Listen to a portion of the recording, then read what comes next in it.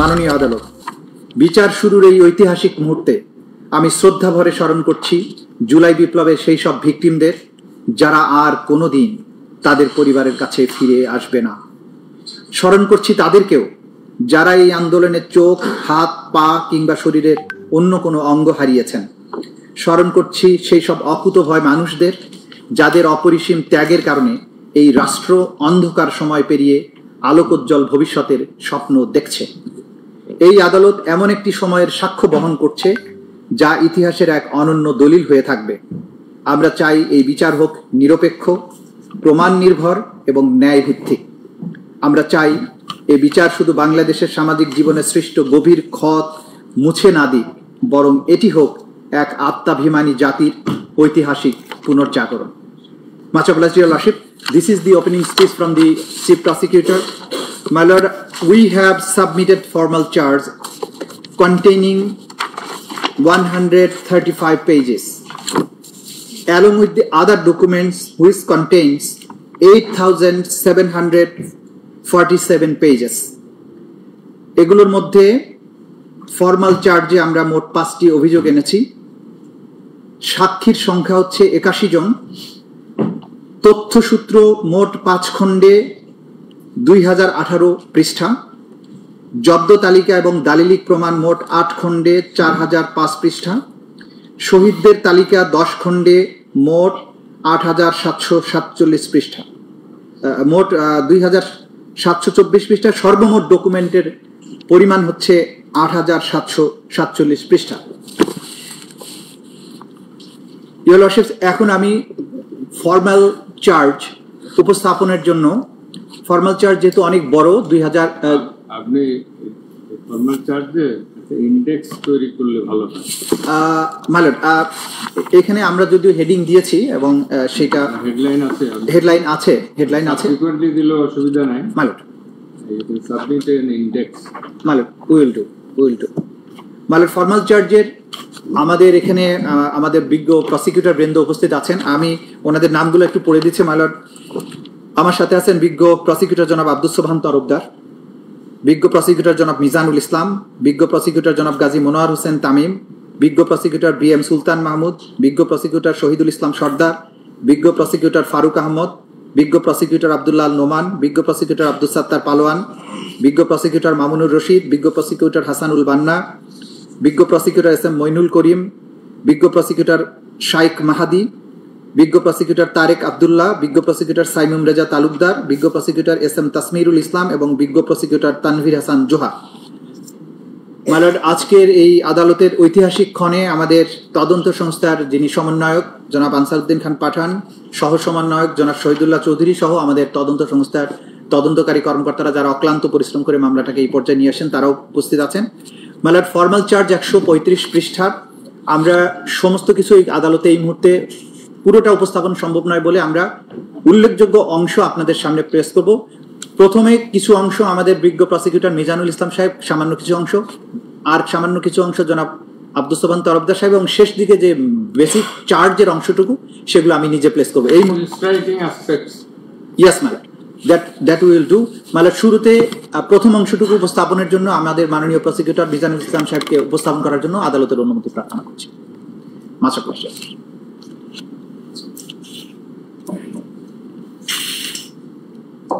মাননীয় আদালত, learned chief prosecutor সাহেবের বক্তব্যের ধারাবাহিকতা যেটা বলতে চাই, এই মামলা ট্রাইব্যুনালে প্লেস করলে ভালো। ট্রাইব্যুনাল, মাননীয় ট্রাইব্যুনাল, শুরুতে মেলট বলেছি যে সরি মেলট, এই ট্রাইব্যুনালের যে মামলাটার আজকে ফর্মাল চার্জ দাখিল করেছি, সেই ফর্মাল চার্জটা অভিযোগ দাখিল হয়েছিল, অর্থাৎ কমপ্লেন দাখিল হয়েছিল গত 14/8/24 তারিখে, যেটা 127 হিসাবে নিবন্ধিত হয়েছিল। এটা প্রথম তদন্তকারী কর্মকর্তা ছিলেন জনাব জানে আলম খান। পরবর্তীতে তার পরিবর্তন করে আরেকজন তদন্তকারী কর্মকর্তা জনাব আলমগীর হোসেন PPM সেবা নিযুক্ত হয়েছিলেন। এনাকে সার্বিক সহযোগিতা করেছিলেন বিশেষ তদন্তকারী কর্মকর্তা জনাব তানভীর হাসান জোহা। তদন্ত শেষে তদন্তকারী কর্মকর্তা জনাব আলমগীর হোসেন 12/5/2000 জনাব আলমগীর 12/5/2025 তারিখে তদন্ত প্রতিবেদন দাখিল করেন, যাতে এই 3 জনকে আসামি করা হয়েছে। তারা হলেন সাবেক প্রধানমন্ত্রী শেখ হাসিনা, সাবেক স্বরাষ্ট্রমন্ত্রী আসাদুজ্জামান খান কামাল এবং সাবেক আইজিপি চৌধুরী আব্দুল্লাহ আল মামুন। এই মামলার তদন্তে সংগৃহীত যে সমস্ত তথ্য উপাত্ত, পত্র পত্রিকা, তথ্য উপাত্তের মধ্যে ছিল পত্র পত্রিকা, ভিডিও, অডিও কল এবং আর অন্যান্য আনুষঙ্গিক বিভিন্ন প্রতিবেদন সংগ্রহ করে তিনি যে রিপোর্ট দিয়েছেন তার ভিত্তিতে আমরা এই ফরমাল চার্জ তৈরি করেছি জনাব আলমগীর সাহেবের সহায়তায়। সেইখানে আমরা মূল অভিযোগে যাওয়ার আগে আওয়ামী লীগের দুঃশাসন এবং আওয়ামী লীগ এবং শেখ হাসিনা কিভাবে ফ্যাসিবাদী শাসনের নিজেদেরকে রূপান্তরিত করেছিল, কিভাবে দেশে একটা স্বৈরাচার প্রতিষ্ঠিত হয়েছিল, কিভাবে একটা একনায়কতন্ত্র প্রতিষ্ঠা হয়েছিল, তার কিছু ধারাবাহিক বর্ণনা মাননীয় ট্রাইব্যুনালে দেওয়া প্রয়োজনীয়তা অনুভব করছি। বাংলাদেশে ফ্যাসিবাদ এই আওয়ামী লীগ দুঃশাসনের ইতিহাস 24 বিপ্লবের পটভূমি যেভাবে সংগঠিত হয়েছিল তার মূল বর্ণনাটা আমরা দেখেছি, মূল অবস্থানটা দেখেছি। জুলাই বিপ্লব 1 জুলাই থেকে 5 আগস্ট পর্যন্ত সাবেক প্রধানমন্ত্রী শেখ হাসিনা ফ্যাসিবাদী এবং সর্বকাশী একনায়কতন্ত্রকে উৎখাত করা হয়েছিল। ছাত্র জনতার এই আন্দোলন দমনার্থে ফ্যাসিস্ট শেখ হাসিনার নেতৃত্বাধীন আওয়ামী লীগ সরকারের অনুগত রাজনৈতিক মদতপুষ্ট আইন শৃঙ্খলা বাহিনীর ঘাতক সদস্যবৃন্দ এবং আওয়ামী লীগ এবং তার অঙ্গ সংগঠনের 14 দলীয় সশস্ত্র বাহিনী কর্তৃক সংগঠিত ব্যাপক মাত্রা পদ্ধতিগত আক্রমণ ও লক্ষ্যভিত্তিক নিপীড়ন যা আসামিদের জ্ঞাতসারে সংগঠিত হয়েছিল। এতে প্রায় 1.5 সহস্রাধিক মানুষকে হত্যা করা হয়েছে, 25 সহস্রাধিক মানুষের আহত, অঙ্গহানি ও দৃষ্টিশক্তি কমছে। আওয়ামী এই যে কারণে এই সরকারকে উৎখাত করতে জনগণ উদ্বুদ্ধ হয়েছিল, জনগণ এই আন্দোলনকে সমর্থন দিয়েছিল। এই আলোচনার জন্য প্রথমে আমাদেরকে আওয়ামী লীগের প্রথম শাসন আমল এবং বাংলাদেশ স্বাধীন হওয়ার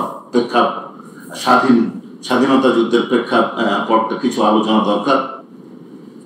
সদ্য স্বাধীন দেশ একটা সম্ভাবনায় দেশ হিসাবে, গণতান্ত্রিক আশা আকাঙ্ক্ষা এবং সুখী সমৃদ্ধশালী দেশ হিসাবে প্রতিষ্ঠার আকাঙ্ক্ষায় জনতা এই দেশ স্বাধীন করলেও 1971 সালে স্বাধীন হলেও স্বাধীনতার পরপরই আওয়ামী লীগ সরকার তাদের জনগণকে প্রদত্ত প্রতিশ্রুতি লঙ্ঘন করে একনায়কতন্ত্র, স্বৈরাচার এবং নিপীড়ন ব্যবস্থা কায়েম করেছিল, যার প্রথম পদক্ষেপ ছিল রক্ষী বাহিনী গঠন।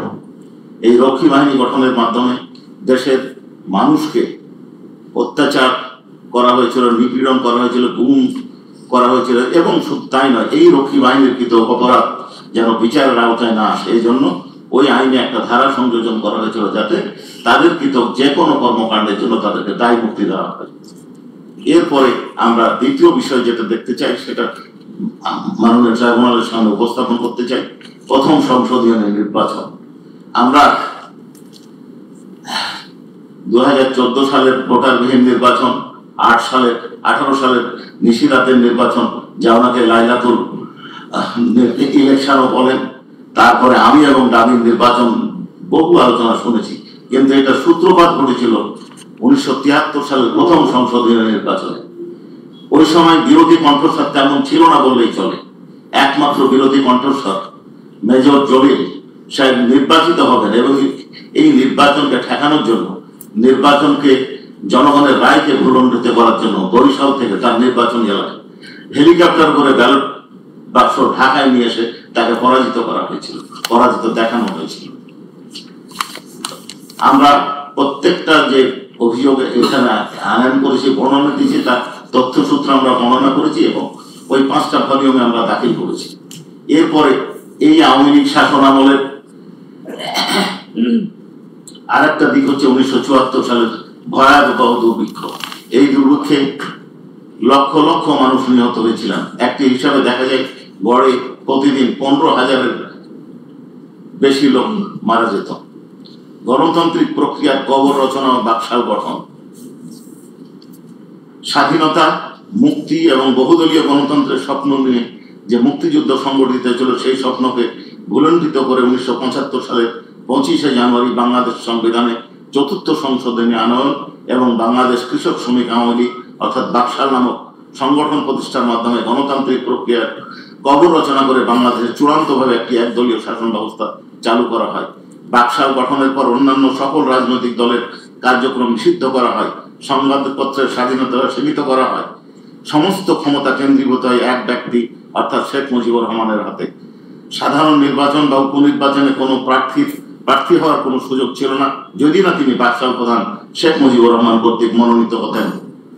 এই বাকশাল প্রতিষ্ঠার মাধ্যমে মুক্ত সংবাদপত্রের কণ্ঠরোধ করা হয়। সরকার নিয়ন্ত্রিত 4টি পত্রিকা, দৈনিক Bangla, daily Bangladesh Times, daily Bangladesh observer এবং সাপ্তাহিক বিচিত্রা বাদে সকল পত্রিকার প্রকাশনা বন্ধ করে দেওয়া হয়। এই 4টি অনুমোদিত পত্রিকাতেও সরকারি নিয়ন্ত্রণ আরোপ করে মানুষের মৌলিক অধিকার খর্ব করা হয়। বিরোধীদেরকে বিনা বিচারে আটক রাখার জন্য সংবিধান সংশোধন করে নিবর্তনমূলক আটক রাখার বিধান সম্বলিত আইন পাশ করার সুযোগ করে দেওয়া হয়। এই সদ্য স্বাধীন বাংলাদেশের গণতান্ত্রিক প্রক্রিয়াকে ধ্বংস করে দেয়, দেশকে ফ্যাসিবাদের রাষ্ট্রের দিকে ধাবিত করে। বাকশাল গঠনের প্রতিবাদে পার্লামেন্ট ও মন্ত্রিসভা থেকে পদত্যাগ করেছিলেন মুক্তিযুদ্ধের সর্বাধিনায়ক জেনারেল এম.এ.জি. ওসমানী এবং ব্যারিস্টার মইনুল হোসেন। বাকশালে যোগদান না করায় রাজশাহী সদর আসনের এমপি জনাব মঈনুদ্দিন আহমেদ মানিক সংসদ সদস্য পদ বাতিল করে দেওয়া হয়। 1975 সালের 15ই আগস্ট পট পরিবর্তনের পর একদলীয় শাসন ব্যবস্থা বাতিল করে বহুদলীয় গণতান্ত্রিক ব্যবস্থার পুনঃযাত্রা শুরু করে। এই সুযোগে বাকশাল চেতনাধারী আওয়ামী লীগ সরাসরি একদলীয় শাসনের কথা না বললেও বহুদলীয় শাসনের মোড়কে তাদের কাঙ্ক্ষিত একদলীয় শাসন ব্যবস্থা প্রতিষ্ঠার স্বপ্ন বাস্তবায়নে পরিকল্পিতভাবে এগিয়ে নিতে থাকে। পরবর্তীতে 1996 সালে আওয়ামী লীগ সরকার ক্ষমতায় আসীন হয়ে তাদের লুটপাটের ঐতিহ্য অনুসরণ করে শেয়ার বাজার লুট করে। 2001 সালে সাধারণ নির্বাচনে 4 দলীয় জোটের কাছে তারা নির্বাচনে পরাজিত হয়। 2008 সালে সেনা সমর্থিত সরকার অধীনে একটি সাজানো এবং পাতানো নির্বাচনে পুনরায় আওয়ামী লীগ ক্ষমতায় অধিষ্ঠিত হয়। সেই শেখ হাসিনার নেতৃত্বাধীন দলটি তখন থেকেই গণতন্ত্রের মোড়কে শেখ মুজিবুর রহমান প্রবর্তিত বাকশালী একনায়কতন্ত্র নতুন আঙ্গিকে পুনঃপ্রতিষ্ঠার জন্য ষড়যন্ত্র শুরু করে। এই আওয়ামী দুঃশাসন ও ফ্যাসিবাদের যে 15 বছর, তার মধ্যে বেশ কয়েকটা সেগমেন্ট আমরা ভাগ করেছি। তার মধ্যে প্রথম বিষয়টা হচ্ছে নির্বাচনী ব্যবস্থা ও গণতান্ত্রিক প্রক্রিয়া ধ্বংস করা। জি, এই ক্ষেত্রে আমরা কয়েকটা সাবটাইটেল করেছি। এক হচ্ছে 2008 সালে ষড়যন্ত্রের মাধ্যমে আওয়ামী লীগের ক্ষমতা দখল ও ক্ষমতা কুক্ষিগত করার জন্য তত্ত্বাবধায়ক সরকার বাতিল করা। 2রা জানুয়ারি 2007 সালের সশস্ত্র বাহিনী সামরিক শাসন কর্তৃক জোরে ক্ষমতায় এসে তাদেরকে ক্ষমতা আনার জন্য যে প্রক্রিয়াটা অনুসরণ করেছিল তার মধ্যে উল্লেখযোগ্য ছিল 130টা সংসদীয় আসনের সীমানা পরিবর্তন করে তাদেরকে নির্বাচিত হওয়ার সুযোগ করে দেওয়া হয়েছিল। এরপরে মাননীয় ট্রাইব্যুনাল এবং দেশবাসী সকলেই জানেন যে 2014 সালে কিভাবে একতরফা এবং ভোটারবিহীন নির্বাচন অনুষ্ঠিত হয়েছিল। আর 2018 সালের নিশিরাতের নির্বাচন, যেটা একটু আগে আমি বললাম যে এটাকে অনেকে লাইলাতুল ইলেকশনও বলে থাকেন। এরপরে এই 2018 সালের নির্বাচন ব্যাপকভাবে সমালোচিত হওয়ার পর তার এক নতুন পদ্ধতি, নতুন সিস্টেম, নতুন উদ্ভাবনী শক্তির মূলে আবিষ্কার করলেন আমি এবং দামির নির্বাচন। যেহেতু বিরোধী দল কেউ নির্বাচনে অংশগ্রহণ করলো না, এই জন্য তারা তাদের প্রার্থীকে দামি প্রার্থী হিসাবে দান করালেন। অর্থাৎ সরকারি দলের লোক সরকারি দলের বিরুদ্ধে কথা বলছে, সরকার বিরোধী দল বলছে সরকার দুর্নীতি করছে, অর্থাৎ বিরোধী দল মানে যারা নির্বাচন করছে, আর তাদের মহিলা সদস্যদেরকে মনোনীত করে দিচ্ছেন সরকার প্রধান। এইটা আমরা দেখেছি। এই নির্বাচনে আগের দিন এই নির্বাচনের ফলাফল ঘোষণার সময় কি দেখা গেল, প্রধান নির্বাচন কমিশনার বলছেন যে 28% ভোট কাস্ট হয়েছে। পিছন থেকে তাকে বলে দেওয়া হলো যে না, বলে দেন 42%, 40%।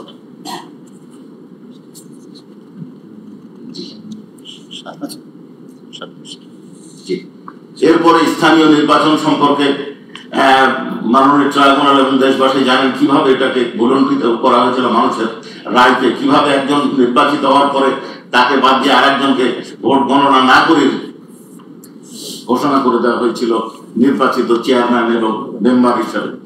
রাষ্ট্রীয় কাঠামোতে রাজনৈতিক অপব্যবহার ও দুর্নীতির সর্বগ্রাসী চর্চা, এটা মাননীয় ট্রাইব্যুনাল সহ দেশবাসী জানেন। এমনকি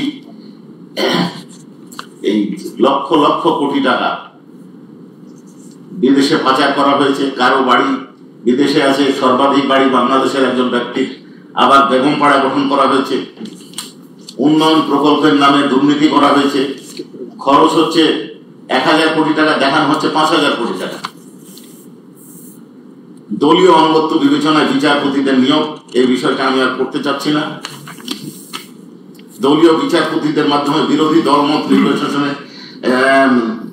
মত ও ফ্যাসিবাদী শাসন ব্যবস্থা শক্তিশালী করা হয়েছে। বিচার প্রক্রিয়ায় বিদেশি হস্তক্ষেপের নজিরবিহীন উদাহরণ, এই বিষয়টি আমরা একটু আলোকপাত করতে চাই। একটি ট্রাইব্যুনাল গঠন করা হয়েছিল কিছু ব্যক্তির বা একটা নির্দিষ্ট সময়ে সংগঠিত অপরাধের বিচারের জন্য। এই বিচারে যাদেরকে বিচারক নিয়োগ করা হয়েছিল তারা প্রমোশনের লালসায় উচ্চ আদালতে যাওয়ার আকাঙ্ক্ষায় তৎকালীন প্রধান বিচারপতি এবং অন্যান্যদের সাথে গোপনে যোগাযোগ করতেন। অন্যান্য বিচারপতিরা শেখ হাসিনার সাথে গোপনে বৈঠক করতেন, কিভাবে জাজমেন্ট দিতে হবে, কিভাবে সিদ্ধান্ত দিতে হবে, এবং এরপরেও তারা দেখলেন রায় তৈরি করতে পারতেন না। এই জন্য তারা বিদেশি এক ব্যক্তির সাথে যোগাযোগ করে রায়ের কাঠামো লিখে নিতেন।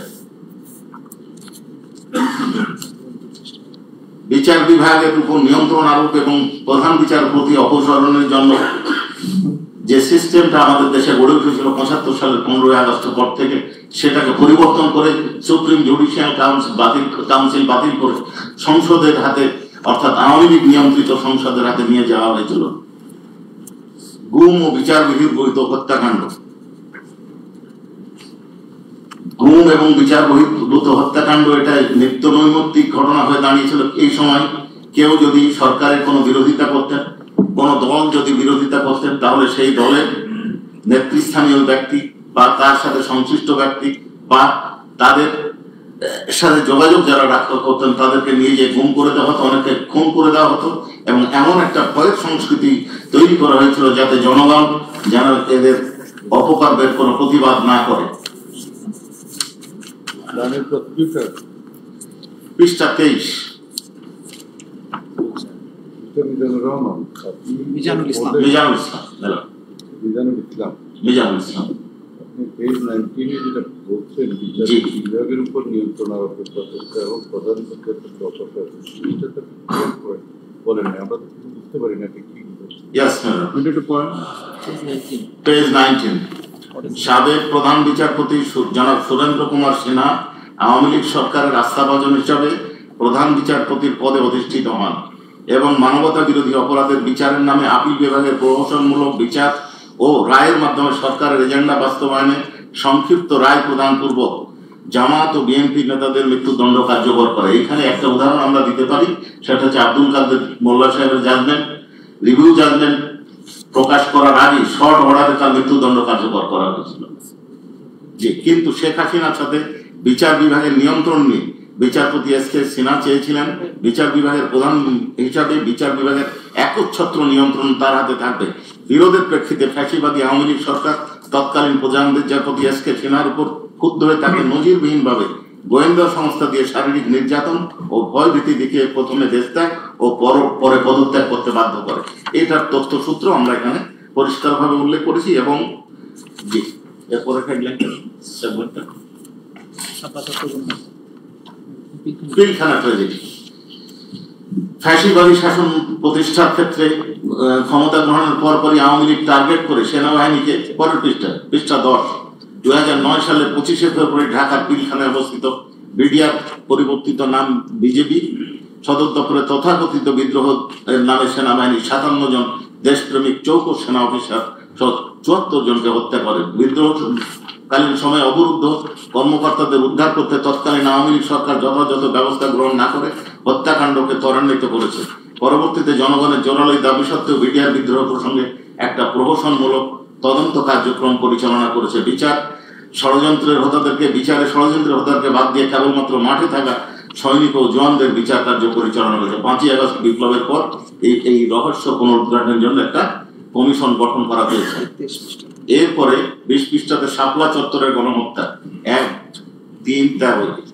5ই মে রাতের অন্ধকারে সমাবেশে অবস্থান ও নিরীহ নিরস্ত্র এতিম মাদ্রাসা ছাত্র জনতার উপর রাতের অভিযান পরিচালনা করে অগণিত মানুষকে নিষ্ঠুরভাবে হত্যা করা হয়। এই অপারেশনের নিষ্ঠুরতা ও হত্যাযজ্ঞ যেন দেশবাসী জানতে না পারে, এই জন্য তাৎক্ষণিকভাবে সরাসরি সম্প্রচাররত দিগন্ত টিভি এবং ইসলামিক টিভি নামে 2টি ইলেকট্রনিক মিডিয়া বন্ধ করে দেওয়া হয়। এই সংবাদ এর মাঝের অংশে আছে অধিকার নামক একটি সংগঠন হত্যাকাণ্ডের বিষয়ে বর্ণনা দেওয়া, তার প্রধানের বিরুদ্ধে মামলা ডিজিটাল নিরাপত্তা আইনে মামলা দায়ের করে তাকে কারাদণ্ডে দণ্ডিত করা হয়। এরপরে গুম ও বিচার বহির্ভূত হত্যাকাণ্ড 21। ফ্যাসিস্ট আওয়ামী লীগ সরকার তার মেয়াদকালে ভিন্ন মতামত মানবাধিকার কমিটি বিরোধী দল সহ যে কোনো ধরনের ভিন্ন মতের নিপীড়ন ও নিষ্পর্শনের সমর্থক হয়ে উঠেছিল। এই সময় একটা রিপোর্টে দেখা যায় নিখোঁজ হয়েছিল 416 জন, আর একটা রিপোর্টে দেখা যায় 611 জন। তার মধ্যে হিউম্যান রাইটস ওয়াচের বক্তব্য এর মধ্যে 383 জন আর ফিরে আসেনি। প্রতিবেদনে 86 জনের গুমের কথা উল্লেখ হয়েছে এবং এরই ধারাবাহিকতায় এই নিষ্ঠুরতা এবং গুম খুনের সুরাহা না করায় 2001 সালে ডিসেম্বরে মার্কিন যুক্তরাষ্ট্র বাংলাদেশের র্যাপিড অ্যাকশন ব্যাটালিয়ন র্যাবের উপর মানবাধিকার চরম লঙ্ঘন করার জন্য নিষেধাজ্ঞা আরোপ করে। এরপরে হচ্ছে তৎকালীন স্বৈরাচার 23 নির্দেশনায় আইন শৃঙ্খলা রক্ষা বাহিনী কর্তৃক বিচার বহির্ভূত হত্যাকাণ্ড। এর মধ্যে উল্লেখযোগ্য হচ্ছে পেজ 23 নারায়ণগঞ্জের 7 খুন, কাউন্সিলর একরাম হত্যাকাণ্ড। ডাক্তার কাউন্সিলর একরাম হত্যাকাণ্ডের একটু বর্ণনা আমি দিতে চাই। তেসরা 3 নম্বর ওয়ার্ডের কাউন্সিলর উপজেলার যুবলীগের দীর্ঘদিনের সভাপতি একরামুল হক, যাকে ওই বছর 26শে মে গভীর রাতে কথিত বন্ধুদের নির্মমভাবে হত্যা করে। ঘটনার দিন একটি গোয়েন্দা সংস্থার লোকজন তাকে বারবার ফোন করে একটা জমি কেনার সহায়তা করার জন্য চাপ দিলে সেই গোয়েন্দা সংস্থার কর্মকর্তারা কথা অনুযায়ী তিনি বাসা থেকে বের হন। ঘটনার রাত 11টার পর পকেট থেকে ফোনে মেয়ে কল করলে ফোনটি চাপ পড়ে রিসিভ হয়ে যায় এবং স্ত্রীর ফোন রেকর্ড হতে থাকে এবং ভয়াবহ হত্যাকাণ্ডের বর্ণনার শেষ মুহূর্তের নৃশংস শব্দ শোনা যায়। মেয়ের কণ্ঠে শোনা যায়, হ্যালো আব্বু।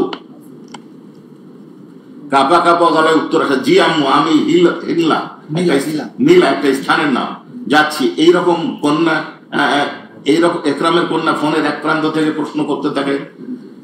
তারপর অপর প্রান্ত থেকে জবাব আসে না, আসে গুলির শব্দ, গোলাগুলি, চিৎকার। এরপরে ডাক্তার ফয়েজ হত্যাকাণ্ড বর্ণনা আছে এবং যারা এই ধরনের গুমের শিকার হয়েছেন তাদের তালিকা আমরা দিয়েছি 25, 26, 27, 28।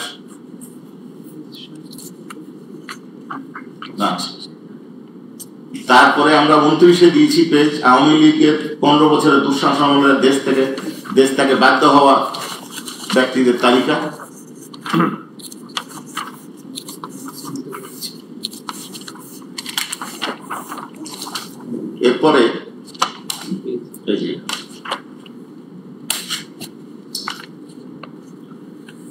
এরপরে হচ্ছে ডিজিটাল নিরাপত্তা আইনের মাধ্যমে দমন পীড়ন, পেজ 38।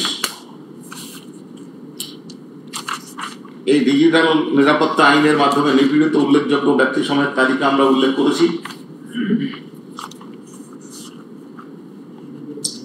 নিত্য প্রয়োজনীয় দ্রব্যের অস্বাভাবিক মূল্য বৃদ্ধি।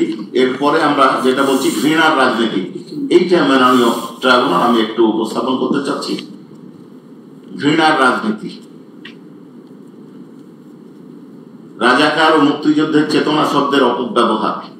1971 সালের মহান স্বাধীনতা সংগ্রামের মধ্য দিয়ে বাংলাদেশ জন্ম হওয়ার পর থেকেই মুক্তিযুদ্ধকে পুঁজি করে ফ্যাসিবাদী আওয়ামী লীগ জাতিকে বিভক্ত করার অপচেষ্টায় লিপ্ত হয়, প্রচেষ্টা চালিয়ে যায়। নিজেদেরকে মুক্তিযুদ্ধের পক্ষের শক্তি ও বিরোধী মতাদর্শের যে কোনো ব্যক্তি, বিশেষত ইসলামী মনোভাবাপন্ন ব্যক্তিদের স্বাধীনতার বিপক্ষের শক্তি, রাজাকার ইত্যাদি নামে প্রচার করার মাধ্যমে এক ধরনের অবমানের,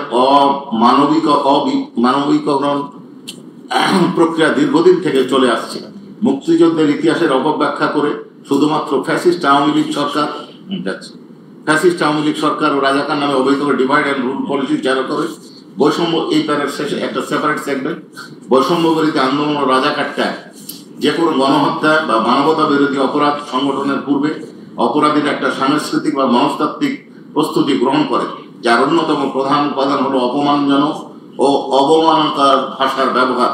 ইতিহাসের বিভিন্ন অধ্যায়ে দেখা যায় যে আফ্রিকার রোয়ান্ডার তুৎসিদের তেলাপোকা বলা হতো, নাজি জার্মানিতে ইহুদিদেরকে ইহুদু বলা হতো, বসনিয়ায় মুসলিমদেরকে ক্যান্সার বলা হতো, মিয়ানমারে রোহিঙ্গাদেরকে বাঙালি বা অনুপ্রবেশকারী, সুদানের দারফুরদের আফ্রিকানদের দাস হিসাবে চিহ্নিত করার মতো ভাষা ব্যবহার করতে। এসব ভাষা কেবল ঘৃণা ছড়ায়নি, বরং সংশ্লিষ্ট গোষ্ঠীগুলির প্রতি সহিংসতার ন্যায্যতা দিতে সহায়তা করেছে।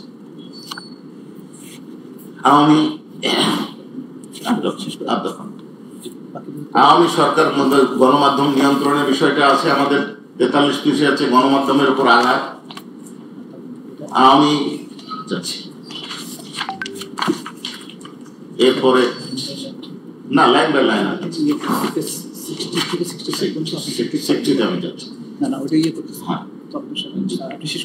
বিপ্লবের সূচনা হয়েছিল 24শে জুলাই। বিপ্লবের সূচনা হয় 1 জুলাই থেকে 5ই আগস্ট, যার বর্ণনা আমরা দেখতে পাচ্ছি, আমাদের সকলেরই জানা আছে। কোটার ইতিহাসে সিম্পল একটা কথা আমি সেখানে বলতে চাই, কোটা আন্দোলনটা কেন হলো। একটা উদাহরণ আমি দিতে চাই যেটা আমাদের বর্ণনাতে আছে, সেটা হচ্ছে যে পরীক্ষা যারা দিল, যিনি 71 পেলেন তিনি ফেল করলেন, আর কোটাতে যিনি 42 পেলেন তিনি পাস করলেন।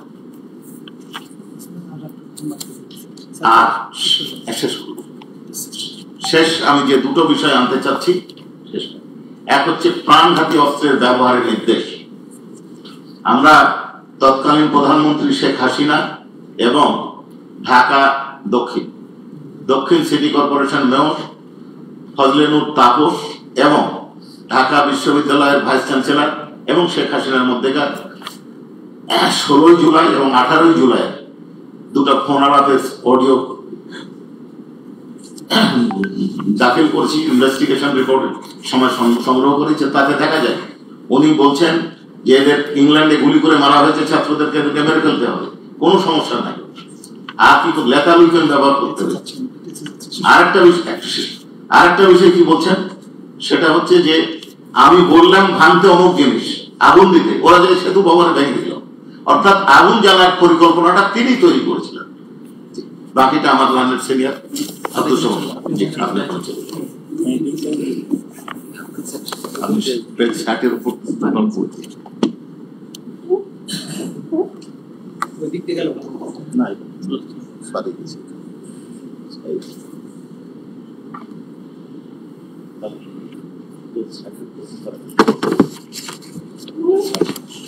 সম্মানিত ট্রাইব্যুনাল,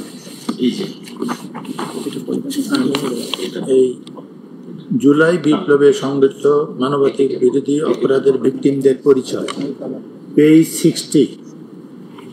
হেডিংটা হইল জুলাই বিপ্লবে সংঘটিত মানবতা বিরোধী অপরাধের ভিকটিমদের পরিচয়।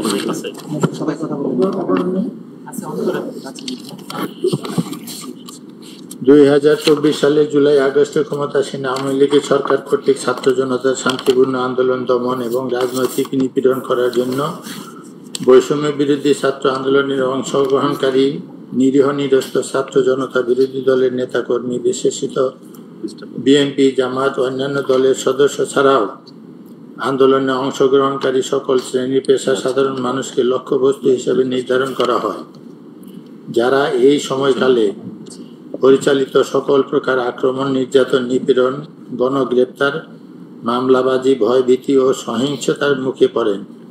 এই আন্দোলনের সমর্থনকারী হিসেবে ভিন্ন মতাবলম্বী চিকিৎসক, আইনজীবী, সাংবাদিক, মানবাধিকার কর্মী, শিক্ষাবিদ, অনলাইন সমালোচক ও সাধারণ নাগরিকদের নির্যাতন, নিপীড়ন, গণগ্রেপ্তার ইত্যাদি দমনমূলক ব্যবস্থা মাধ্যমে হয়রানির শিকার হতে হয়। এরপর হলো ভিকটিম নির্ধারণে ব্যবহৃত কৌশল। আওয়ামী লীগের শাসনামলের নিরাপত্তা ও গোয়েন্দা সংস্থাগুলোর সহায়তায় রাষ্ট্র সুসংগঠিতভাবে সর্বত্র নজরদারি দমন নীতির প্রাতিষ্ঠানিক রূপ দিয়েছে। তারই ধারাবাহিকতায় মানুষের যোগাযোগ ও চলাফেরার উপর গোয়েন্দা সংস্থা যেমন DGDFI, NSI, CTTC, SB special branch এবং পুলিশের গোয়েন্দা বিভাগ সক্রিয়ভাবে সর্বাধুনিক তথ্য প্রযুক্তি ব্যবহারের মাধ্যমে নজরদারি করেছে। বিরোধী ও ভিন্নমত দমন ও নিপীড়নের কৌশল হিসাবে ডিজিটাল সার্ভেলেন্সের জন্য তারা একটি স্বতন্ত্র নজরদারি প্রতিষ্ঠান গড়ে তোলে, যার নাম দেওয়া হয় ন্যাশনাল টেলিকমিউনিকেশন মনিটরিং সেন্টার। শুরুতে এই নজরদারি কাজটি পরিচালনা করত র্যাপিড অ্যাকশন ব্যাটালিয়ন এবং প্রতিরক্ষা গোয়েন্দা মহাপরিদপ্তর। তখন এই নজরদারি ইউনিটির নাম ছিল ন্যাশনাল মনিটরিং সেন্টার।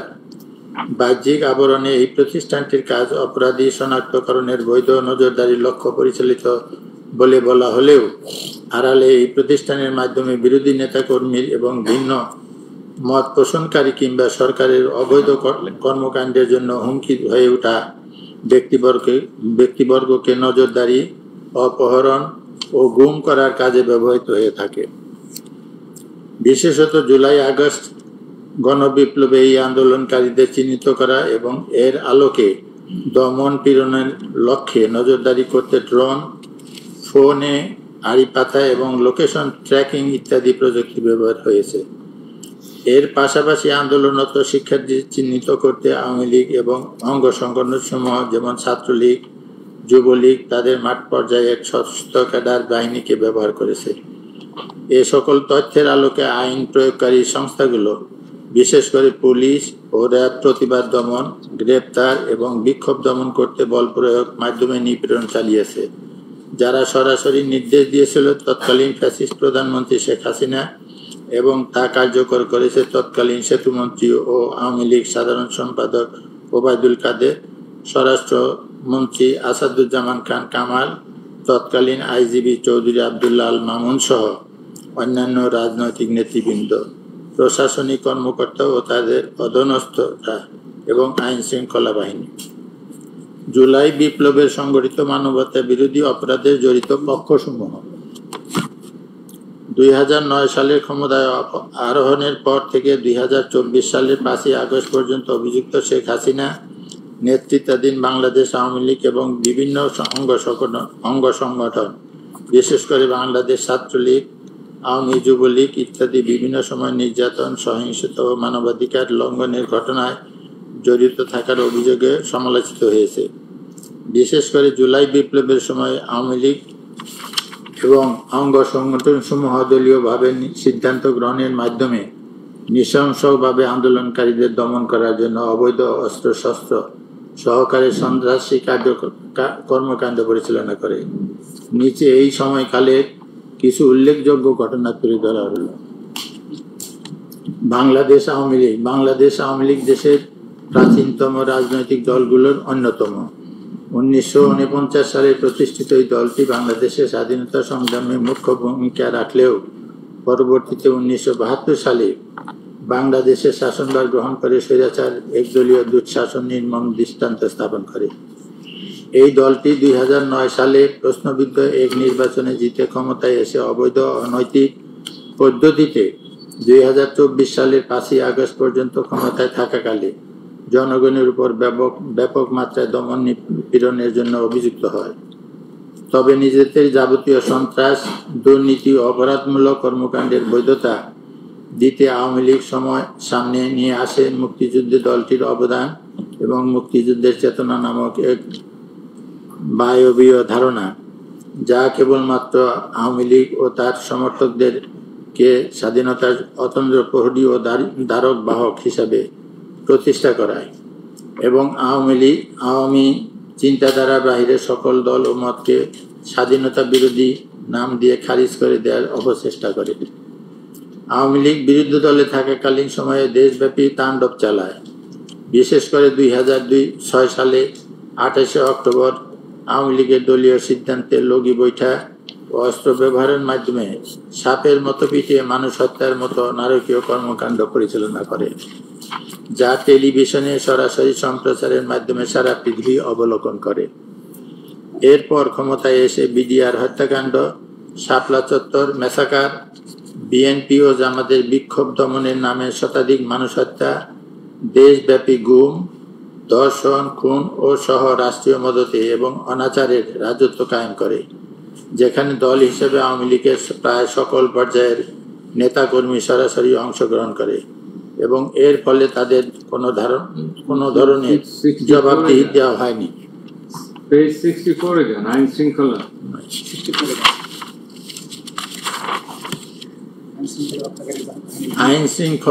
আইন শৃঙ্খলা বাহিনীর ভূমিকা। তৎকালীন আওয়ামী লীগ সরকার শান্তিপূর্ণ বিক্ষোভ দমনে রাষ্ট্রযন্ত্রের সকল আইন শৃঙ্খলা বাহিনীকে ব্যবহার করে এক নজিরবিহীন দমন অভিযান পরিচালনা করে। Police, rapid action battalion, arm police battalion, Ansar battalion, border guard Bangladesh, BGP এবং সীমিত কিছু সংখ্যক সশস্ত্র বাহিনীর সদস্যের পাশাপাশি directorate general of forces of intelligence, DGFI, NSI, special branch, SB, সোয়াট, counter terrorism and transitional crime, CT, TC, ডিবির মতো গোয়েন্দা সংস্থাগুলিকে ব্যবহার করে দেশব্যাপী ছাত্র ও নাগরিকদের উপর সহিংসতা চালানো হয়। এতে আওয়ামী লীগ ও এর অঙ্গ সংগঠন ছাত্রলীগ ও যুবলীগের সশস্ত্র সদস্যরাও সক্রিয়ভাবে অংশ নেয়। 1 জুলাই থেকে 15 আগস্ট 2024 পর্যন্ত সময়ে নিরাপত্তা বাহিনীর ও ক্ষমতাসীন আওয়ামী লীগের সশস্ত্র ক্যাডার বাহিনীদের হাতে আনুমানিক 1400 মানুষ নিহত হয়, যাদের মধ্যে 12-13% শিশু। নিরাপত্তা বাহিনী সামরিক রাইফেল, শটগান, তাজা গুলি, রাবার বুলেট, কাঁদানি গ্যাস সহ প্রাণঘাতী অস্ত্র নির্বিচারে ব্যবহার করে। কোথাও কোথাও হেলিকপ্টার থেকে গুলি চালানো হয় এবং নিরস্ত বিক্ষোভকারীদের কাছ থেকে গুলি করে তাৎক্ষণিক মৃত্যুদণ্ড কার্যকর করার তথ্য পাওয়া গেছে। একই সাথে হাজার হাজার বিক্ষোভকারী, পথচারী ও সংগঠককে বিনা প্ররোচনায় গ্রেপ্তার করা হয়, যার মধ্যে শিশু, নারী।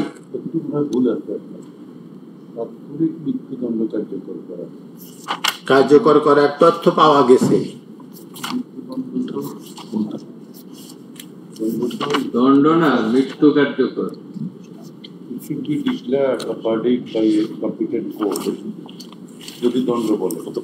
এই দণ্ডটা টাইপিং মিস্টেক, মৃত্যু কার্যকর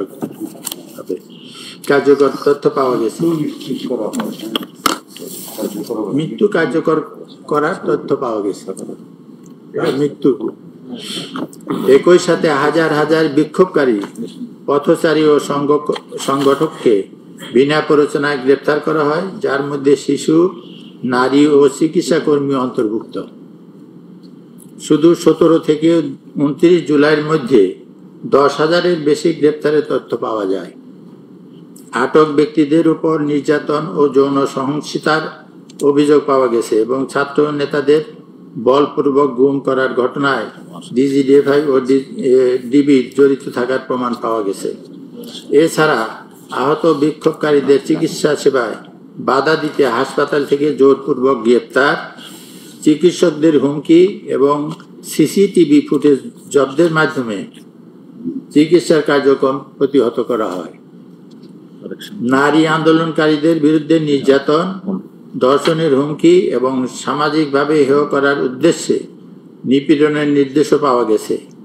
এসব সহিংসতার বিরুদ্ধে সরকার কোনো কার্যক্রম তদন্ত না করে বরং নিরাপত্তা বাহিনীর প্রতি দায় মুক্তি প্রদান করে। এই প্রেক্ষাপটে OHCHR ও অন্যান্য সংস্থার পর্যবেক্ষণ অনুযায়ী আওয়ামী লীগ সরকার এবং তার অধীনস্থ আইন শৃঙ্খলা রক্ষাকারী বাহিনী ও রাজনৈতিক অঙ্গ সংগঠন সমূহ সমন্বিতভাবে যে নিপীড়ন চালিয়েছে তা আন্তর্জাতিক মানবাধিকার আইনের পরিপন্থী এবং মানবাধিকার বিরোধী অপরাধ। এখন আমার এটা হচ্ছে office of the high commissioner for human rights.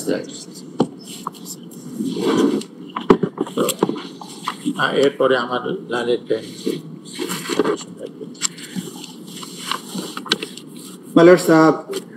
আমি এখন সুনির্দিষ্ট অভিযোগের মধ্যে যাব। বিফোর দ্যাট পেজ 60-তে আমি একটা ছোট্ট বিষয় যেটা এই মামলার ফর্মাল চার্জের সাথে অসম্ভব গুরুত্বপূর্ণ সেটার প্রতি একটু দৃষ্টি আকর্ষণ করার পরেই আমি সুনির্দিষ্ট চার্জের দিকে চলে যাব। পেজ 60-তে ব্যক্তি পূজা এবং পারিবারিক উত্তরাধিকার, এই যে বাংলাদেশে ক্রাইমস এগেইনস্ট হিউম্যানিটি সংগঠনের পেছনে যে মনস্তাত্ত্বিক কারণগুলো ছিল সেটা এখানে বিশ্লেষণ করা হয়েছে। যেহেতু আওয়ামী লীগ মনে করে যে শুধুমাত্র শেখ মুজিবুর রহমানই বাংলাদেশের স্বাধীনতার একক কারিগর এবং তাকে বাংলাদেশের রাজনৈতিক ক্ষমতা এক ধরনের পারিবারিক উত্তরাধিকার হিসেবে চিত্রিত করে শেখ মুজিবের কন্যা হিসেবে শেখ হাসিনাকে জাতির অভিভাবক রূপে উপস্থাপন করা হয়।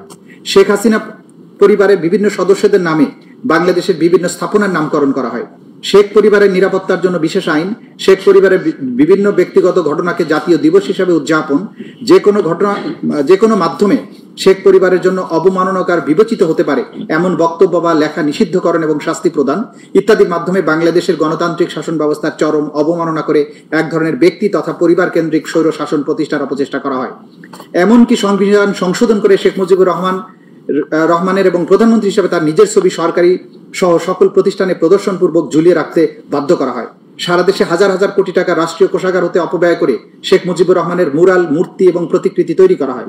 শেখ মুজিবকে দেবতা স্বরূপ পূজনীয় রূপে কোমলমতি শিশুদের সামনে উপস্থাপন করার উদ্দেশ্যে শিক্ষা প্রতিষ্ঠানে মুজিবের জন্ম মৃত্যুবার্ষিকী সহ বিভিন্ন দিবস পালনে বাধ্য করা, প্রতিষ্ঠানের প্রতিকৃতি এবং মুরালের নামে মূর্তি স্থাপন, স্কুলের অ্যাসেম্বলিতে শেখ মুজিবের বন্দনা গাইতে শপথনামার পরিবর্তন, সকল অফিস আদালতে মুজিব কর্নার স্থাপনে বাধ্য করা, শেখ মুজিব সংক্রান্ত বই সকল প্রতিষ্ঠানে রাখতে বাধ্য করা, সরকারি সকল নথি চিঠির উপরে শেখ মুজিবের ছবি সম্বলিত লোগো স্থাপনে সরকারি আদেশ দ্বারা বাধ্য করা, শেখ পরিবারের বিভিন্ন সদস্যদের নামে শত শত প্রতিষ্ঠান সহ রাস্তাঘাট, ব্রিজ, কালভার্টের নামকরণ, জন্ম মৃত্যু দিবস পালনে বাধ্য করা, অঙ্কন প্রতিযোগিতা, ক্রীড়া প্রতিযোগিতার নামে জাতির সামনে পূজনীয় হিসাবে উপস্থাপনের চেষ্টা করা হয়। শেখ মুজিবুর রহমানের মূর্তি স্থাপন সহ মুজিব বন্দনায় রাষ্ট্রের 4000 কোটি টাকারও বেশি খরচ হয়। সকল প্রিন্ট এবং ইলেকট্রনিক মিডিয়ায় নিয়মিতভাবে মুজিব বন্দনা প্রকাশ এবং সম্প্রচার করতে বাধ্য করা হয়। মালাটা আমি এখন ঘটনা প্রবাহের দিকে চলে যাচ্ছি। I will jump up to page 95। আমরা ঘটনা প্রবাহর লম্বা বর্ণনা দিয়েছি, আমি এখানে ঘটনা প্রবাহ 9 থেকে সামনের দিকে প্লেস করে যাচ্ছি। পেজ 95, প্যারাগ্রাফ নম্বর 3.9। 3রা আগস্ট 2024 সারা দেশে বিক্ষোভ মিছিল এবং শহীদ মিনারের সমাবেশ। বৈষম্য বিরোধী ছাত্র আন্দোলনের 9 দফা দাবির পক্ষে এবং সারা দেশে ছাত্র ও সাধারণ মানুষের উপর পুলিশ এবং ছাত্রলীগের নৃশংস হামলা এবং হত্যার প্রতিবাদে 3রা আগস্ট শনিবার বাংলাদেশের প্রায় প্রতিটি জেলার শহরে বিক্ষোভের রাজপথ উত্তাল হয়ে ওঠে। কোটা সংস্কার আন্দোলনের এই পর্বে শুধু শিক্ষার্থী নয়, শিক্ষক, অভিভাবক, আইনজীবী, সাংস্কৃতিক কর্মী, পেশাজীবী, শ্রমজীবী, সাধারণ মানুষ একসঙ্গে রাজপথে নেমে আসে। সবার মুখে এক স্লোগান, দাবি এক, দফা এক, শেখ হাসিনার পদত্যাগ। বৈষম্য বিরোধী ছাত্র আন্দোলনের ডাকে শনিবার রাজধানী সহ দেশের বিভিন্ন অঞ্চলে বিক্ষোভে উত্তাল হয়ে ওঠে।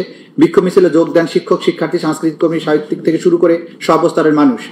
রাজধানীর আফতাবনগর, বাড্ডা, রামপুরা, বনশ্রী, মিরপুর 10, সায়েন্স ল্যাব সহ বিভিন্ন পয়েন্টে সকাল থেকে বিক্ষোভ শুরু হয়। পরে অনেক এলাকা থেকে খণ্ড খণ্ড বিক্ষোভ মিছিল নিয়ে শহীদ মিনারে জড়ো হতে থাকেন তারা। বেলা 3টার দিকে ছাত্র জনতার ঢল নামে সেখানে। এছাড়া গাজীপুর, চট্টগ্রাম, কুমিল্লা, সিলেট, নোয়াখালী, বরিশাল, বগুড়া, রাজশাহী, ফরিদপুরে বিক্ষোভে যোগ দেন হাজারো মানুষ। এর মধ্যে অনেক জায়গায় পুলিশ বিক্ষোভকারীদের উপর দফায় দফায় হামলা চালিয়েছে। এই ঘটনায় কমপক্ষে এক ব্যবসায়ী শহীদ এবং 28 জন গুলিবিদ্ধ সহ 2 শতাধিক মানুষ আহত হয়েছেন। গাজীপুরে শ্রীপুরে গুলিবিদ্ধ হয়ে এক ব্যবসায়ী শহীদ হন, সেখানে পুলিশের হামলায় কমপক্ষে 23 জন গুলিবিদ্ধ, শতাধিক লোক আহত হয়েছেন। কুমিল্লায় ছাত্রলীগ যুবলীগের হামলায় 5 শিক্ষার্থী গুলিবিদ্ধ, আহত হয়েছে 30 জন। আন্দোলনকারী শিক্ষার্থীরা বেলা 11টার দিকে বিক্ষোভ মিছিল নিয়ে ঢাকা ময়মনসিংহ মহাসড়কে মাওনা চৌরাস্তায় উড়াল সেতুর নিচে গেলে তাদের সম্মিলিত বাধা দেয় পুলিশ, আওয়ামী লীগ এবং সংগঠনের নেতাকর্মীরা। পরে দুপুর 12টার দিকে বিপুল সংখ্যক পুলিশ এসে শিক্ষার্থীদের উপর গুলি বর্ষণ করে। এ সময় 9 আন্দোলনকারী গুলিবিদ্ধ হন, যাদের মধ্যে 6 জন গুরুতর আহত ছিলেন। মাওনা শ্রীপুর সড়কের পাশে মাওনা হাইওয়ের সড়কে আন্দোলনকারীরা বিক্ষোভ প্রদর্শনকালে শ্রীপুর থানা, জেলা পরিষদ বিপুল সংখ্যক সদস্য পুলিশ এসে এলোপাতারি গুলি ছুড়ে আন্দোলনকারীদের ছত্রভঙ্গ করে। এ সময় পুলিশের গুলিতে জাহাঙ্গীর মুন্সি নামক এক লেপতোষক ব্যবসায়ী ঘটনাস্থলে শহীদ হন এবং 14 জন আন্দোলনকারী গুলিবিদ্ধ হন। ফরিদপুর সংঘর্ষে আহত হয় 15 জন। মালের আমি প্রত্যেকটা ডিস্ট্রিক্টে, এটা যে ওয়াইড স্প্রেড অ্যান্ড সিস্টেম্যাটিক ছিল, গোটা বাংলাদেশ জুড়ে ছিল, সেগুলো সংক্ষিপ্ত বর্ণনা আমরা এখানে এনেছি। আমি নামগুলো পড়ে যাচ্ছি কোন কোন জায়গায় কতজন মানুষ শহীদ হয়েছিলেন। ফরিদপুরে 15 জন, শরীয়তপুরে এখানে হামলা হয়, নওগাঁতে হয়, গাজীপুরে হয়, পঞ্চগড়ে হয়, ময়মনসিংহে হয়, হবিগঞ্জে হয়, কক্সবাজারে হয়, মাওলানা ভাসানী বিজ্ঞান ও প্রযুক্তি বিশ্ববিদ্যালয়ের শিক্ষার্থীরা অংশ নেয়। কুমিল্লাতে হয়, সিলেটের কোম্পানিগঞ্জ, বগুড়ায় বিক্ষোভকারীদের পুলিশ ছত্রভঙ্গ করতে কাঁদানো গ্যাসের শেল, সাউন্ড গ্রেনেড ও রাবার বুলেট ছড়ে এতে 6 জন গুলিবিদ্ধ হয় গতকাল বিকাল 4টার দিকে, মানে ওই দিন তার আগের দিন শহরের সাতমাথা থেকে মিছিল নিয়ে শহর প্রদক্ষিণের সময় ঘটনা ঘটে। ওই দিনই সেনাপ্রধান তার অধীনস্থ অফিসারদের নিয়ে একটি গুরুত্বপূর্ণ বৈঠকে বসেন এবং সেখানে জুলাই বিপ্লবে আন্দোলনকারীদের উপরে গুলি ছোড়ার বিষয়ে সেনাবাহিনীর অফিসাররা অনাগ্রহ প্রকাশ করলে সেনাপ্রধান রক্তপাত না ঘটানোর সিদ্ধান্ত গ্রহণ করেন। তৎকালীন প্রধানমন্ত্রী আসামি, এইটা আমার 4 তারিখের আমরা বর্ণনা দিচ্ছি, সরি আমি 3 তারিখে বর্ণনা দিচ্ছি। তৎকালীন প্রধানমন্ত্রী আসামি শেখ হাসিনা, তৎকালীন স্বরাষ্ট্রমন্ত্রী আসাদুজ্জামান খান কামাল, তৎকালীন আইজিপি আব্দুল আল মামুন উল্লেখিত অপরাধ সংগঠনের উস্কানি, প্ররোচনা, উৎসাহ, সর্বোপরি তাদের অধস্তনদের নির্দেশ প্রদানের মাধ্যমে উপরোক্ত মানবতা বিরোধী অপরাধ সংগঠন করেছে। ঘটনা 10। 4 আগস্ট 2024 অসহযোগ আন্দোলন এবং ইতিহাসের জঘন্যতম হত্যাকাণ্ড। সকাল 10টা থেকেই শাহবাগে শেখ মুজিব বিশ্ববিদ্যালয় হাসপাতালের সামনে ছাত্রলীগ, আওয়ামী লীগ এবং নেতাকর্মীরা জড়ো হতে সশস্ত্র অবস্থানে থাকে। তারা রিভলভার, পিস্তল, শটগান, কাটার রাইফেল, রড, রামদা, বিভিন্ন ধরনের দেশীয় অস্ত্রশস্ত্র নিয়ে অবস্থান নেয়। আন্দোলনকারীরা শাহবাগে পৌঁছালে ছাত্রলীগ নেতাকর্মীরা তাদের মারধর করে। পরবর্তীতে ছাত্রদের উপর দায় চাপানোর জন্য হাসপাতালের ভেতরে আগুন লাগিয়ে দেয় সন্ত্রাসীরা। একই সময় বাংলা মোটর, আজিমপুর, খিলগাঁও, মোহাম্মদপুর, উত্তরা, টিকাটুলি, যাত্রাবাড়ি, ফার্মগেট, কারওয়ান বাজার, মিরপুর 10, শাহবাগ এলাকায় সংঘর্ষ ছড়িয়ে পড়ে। হামলা, গুলি, গ্রেনেড এবং লাশ। বাংলা মোটরে আওয়ামী লীগ নেতাকর্মীরা প্রকাশ্যে গুলি ছোড়ে আন্দোলনকারীদের ছত্রভঙ্গ করে দেয়। আজিমপুরে হাসিবুর রহমান মানিকের নেতৃত্বে আওয়ামী লীগ নেতাকর্মীরা শিক্ষার্থীদের উপর নৃশংস হামলা চালায়। উত্তরায় শিক্ষার্থীদের উপর চালানো গুলিতে অন্তত 18 জন গুলিবিদ্ধ হয়ে হাসপাতালে ভর্তি হন। মোহাম্মদপুর বাস স্ট্যান্ডে আওয়ামী লীগ কর্মীরা লাঠি এবং দেশীয় অস্ত্র নিয়ে জড়ো হয়ে পুলিশকে সহযোগিতা করে নিরস্ত্র শিক্ষার্থীদের উপর হামলা চালায়। খিলগাঁওয়ের অলিতে গলিতে ছাত্রলীগ, পুলিশ এবং সরকার সমর্থিত সন্ত্রাসীরা একত্র হয়ে আন্দোলনকারীদের উপর নির্বিচার হামলা চালায়। সকাল 10টার পরে ধানমন্ডি 2 নম্বর সিটি কলেজ সায়েন্স ল্যাব এলাকায় জড়ো হতে থাকে U lab, Stamford, Dhaka college, Eden Mohila college, Dhanmondi ideal college, Dhaka city college, Birshreshtho Munshi Abdur রব কলেজ, বীরশ্রেষ্ঠ নূর মোহাম্মদ পাবলিক কলেজ সহ আশেপাশের বিভিন্ন সরকারি বেসরকারি শিক্ষা প্রতিষ্ঠানের শিক্ষার্থীরা। পুলিশ, ছাত্রলীগ, যুবলীগ এবং আওয়ামী লীগের সমর্থিত নেতাকর্মীদের নৃশংস হামলায় যুদ্ধক্ষেত্রে পরিণত হয় রাজধানীর মিরপুর 10 এলাকা। পুলিশ এবং আওয়ামী লীগ নেতাকর্মীদের ইট পাটকেল নিক্ষেপ, টিয়ারশেল, রাবার বুলেট, গুলি ছুটতে ছুটতে একজনের মৃত্যু হয়। সিলেট, রংপুর, পাবনা, কিশোরগঞ্জ, মুন্সিগঞ্জ, সিরাজগঞ্জ, কক্সবাজার, বরিশাল, বগুড়া, শেরপুর, ভোলা, জয়পুরহাট, সাভার, হবিগঞ্জ সহ মোট 19 জেলায় সহিংসতায় শহীদ হন অন্তত 91 জন। বেশিরভাগই শিক্ষার্থী, নিরস্ত্র আন্দোলনকারী। শহীদদের মধ্যে বহুজন সরকারি বাহিনীর গুলিতে প্রাণ হারান। সরকারের কঠোর দমন পীড়নের পদক্ষেপ হিসেবে বিকাল 6টা থেকে অনির্দিষ্টকালের জন্য কারফিউ জারি করা হয়। সারাদিন আহত এবং শহীদদের বহন করে ঢাকা মেডিকেল কলেজে মিনিটে মিনিটে আসতে থাকে অ্যাম্বুলেন্স। আন্দোলনকারীরা শহীদ মিনার থেকে শাহবাগের দিকে মিছিলে গিয়ে চিৎকার করতে থাকেন, আমার ভাই মরলে কেন, শেখ খুনি হাসিনা জবাব দে, 1 দফা দাবি 1, শেখ হাসিনার পদত্যাগ। ওই দিন বর্ণিত স্থানসমূহ বাইরেও খুলনা, বাগেরহাট, ঝালকাঠি, বরিশাল সহ শহরের অধিকাংশ আইন শৃঙ্খলা বাহিনীর ছত্রছায়ায় আওয়ামী ক্যাডাররা সশস্ত্র আক্রমণ চালালে মারাত্মক জখমের শিকার হয়। তৎকালীন প্রধানমন্ত্রী আসামি শেখ হাসিনা, তৎকালীন স্বরাষ্ট্রমন্ত্রী আসাদুজ্জামান খান কামাল, তৎকালীন আইজিপি চৌধুরী আব্দুল আল মামুন উল্লেখিত অপরাধ সংগঠনের উস্কানি, প্ররোচনা, উৎসাহ, সর্বোপরি অধস্তনদের নির্দেশ প্রদানের মাধ্যমে উপরোক্ত মানবতা বিরোধী অপরাধ সংগঠন করেছেন। ঘটনা 11।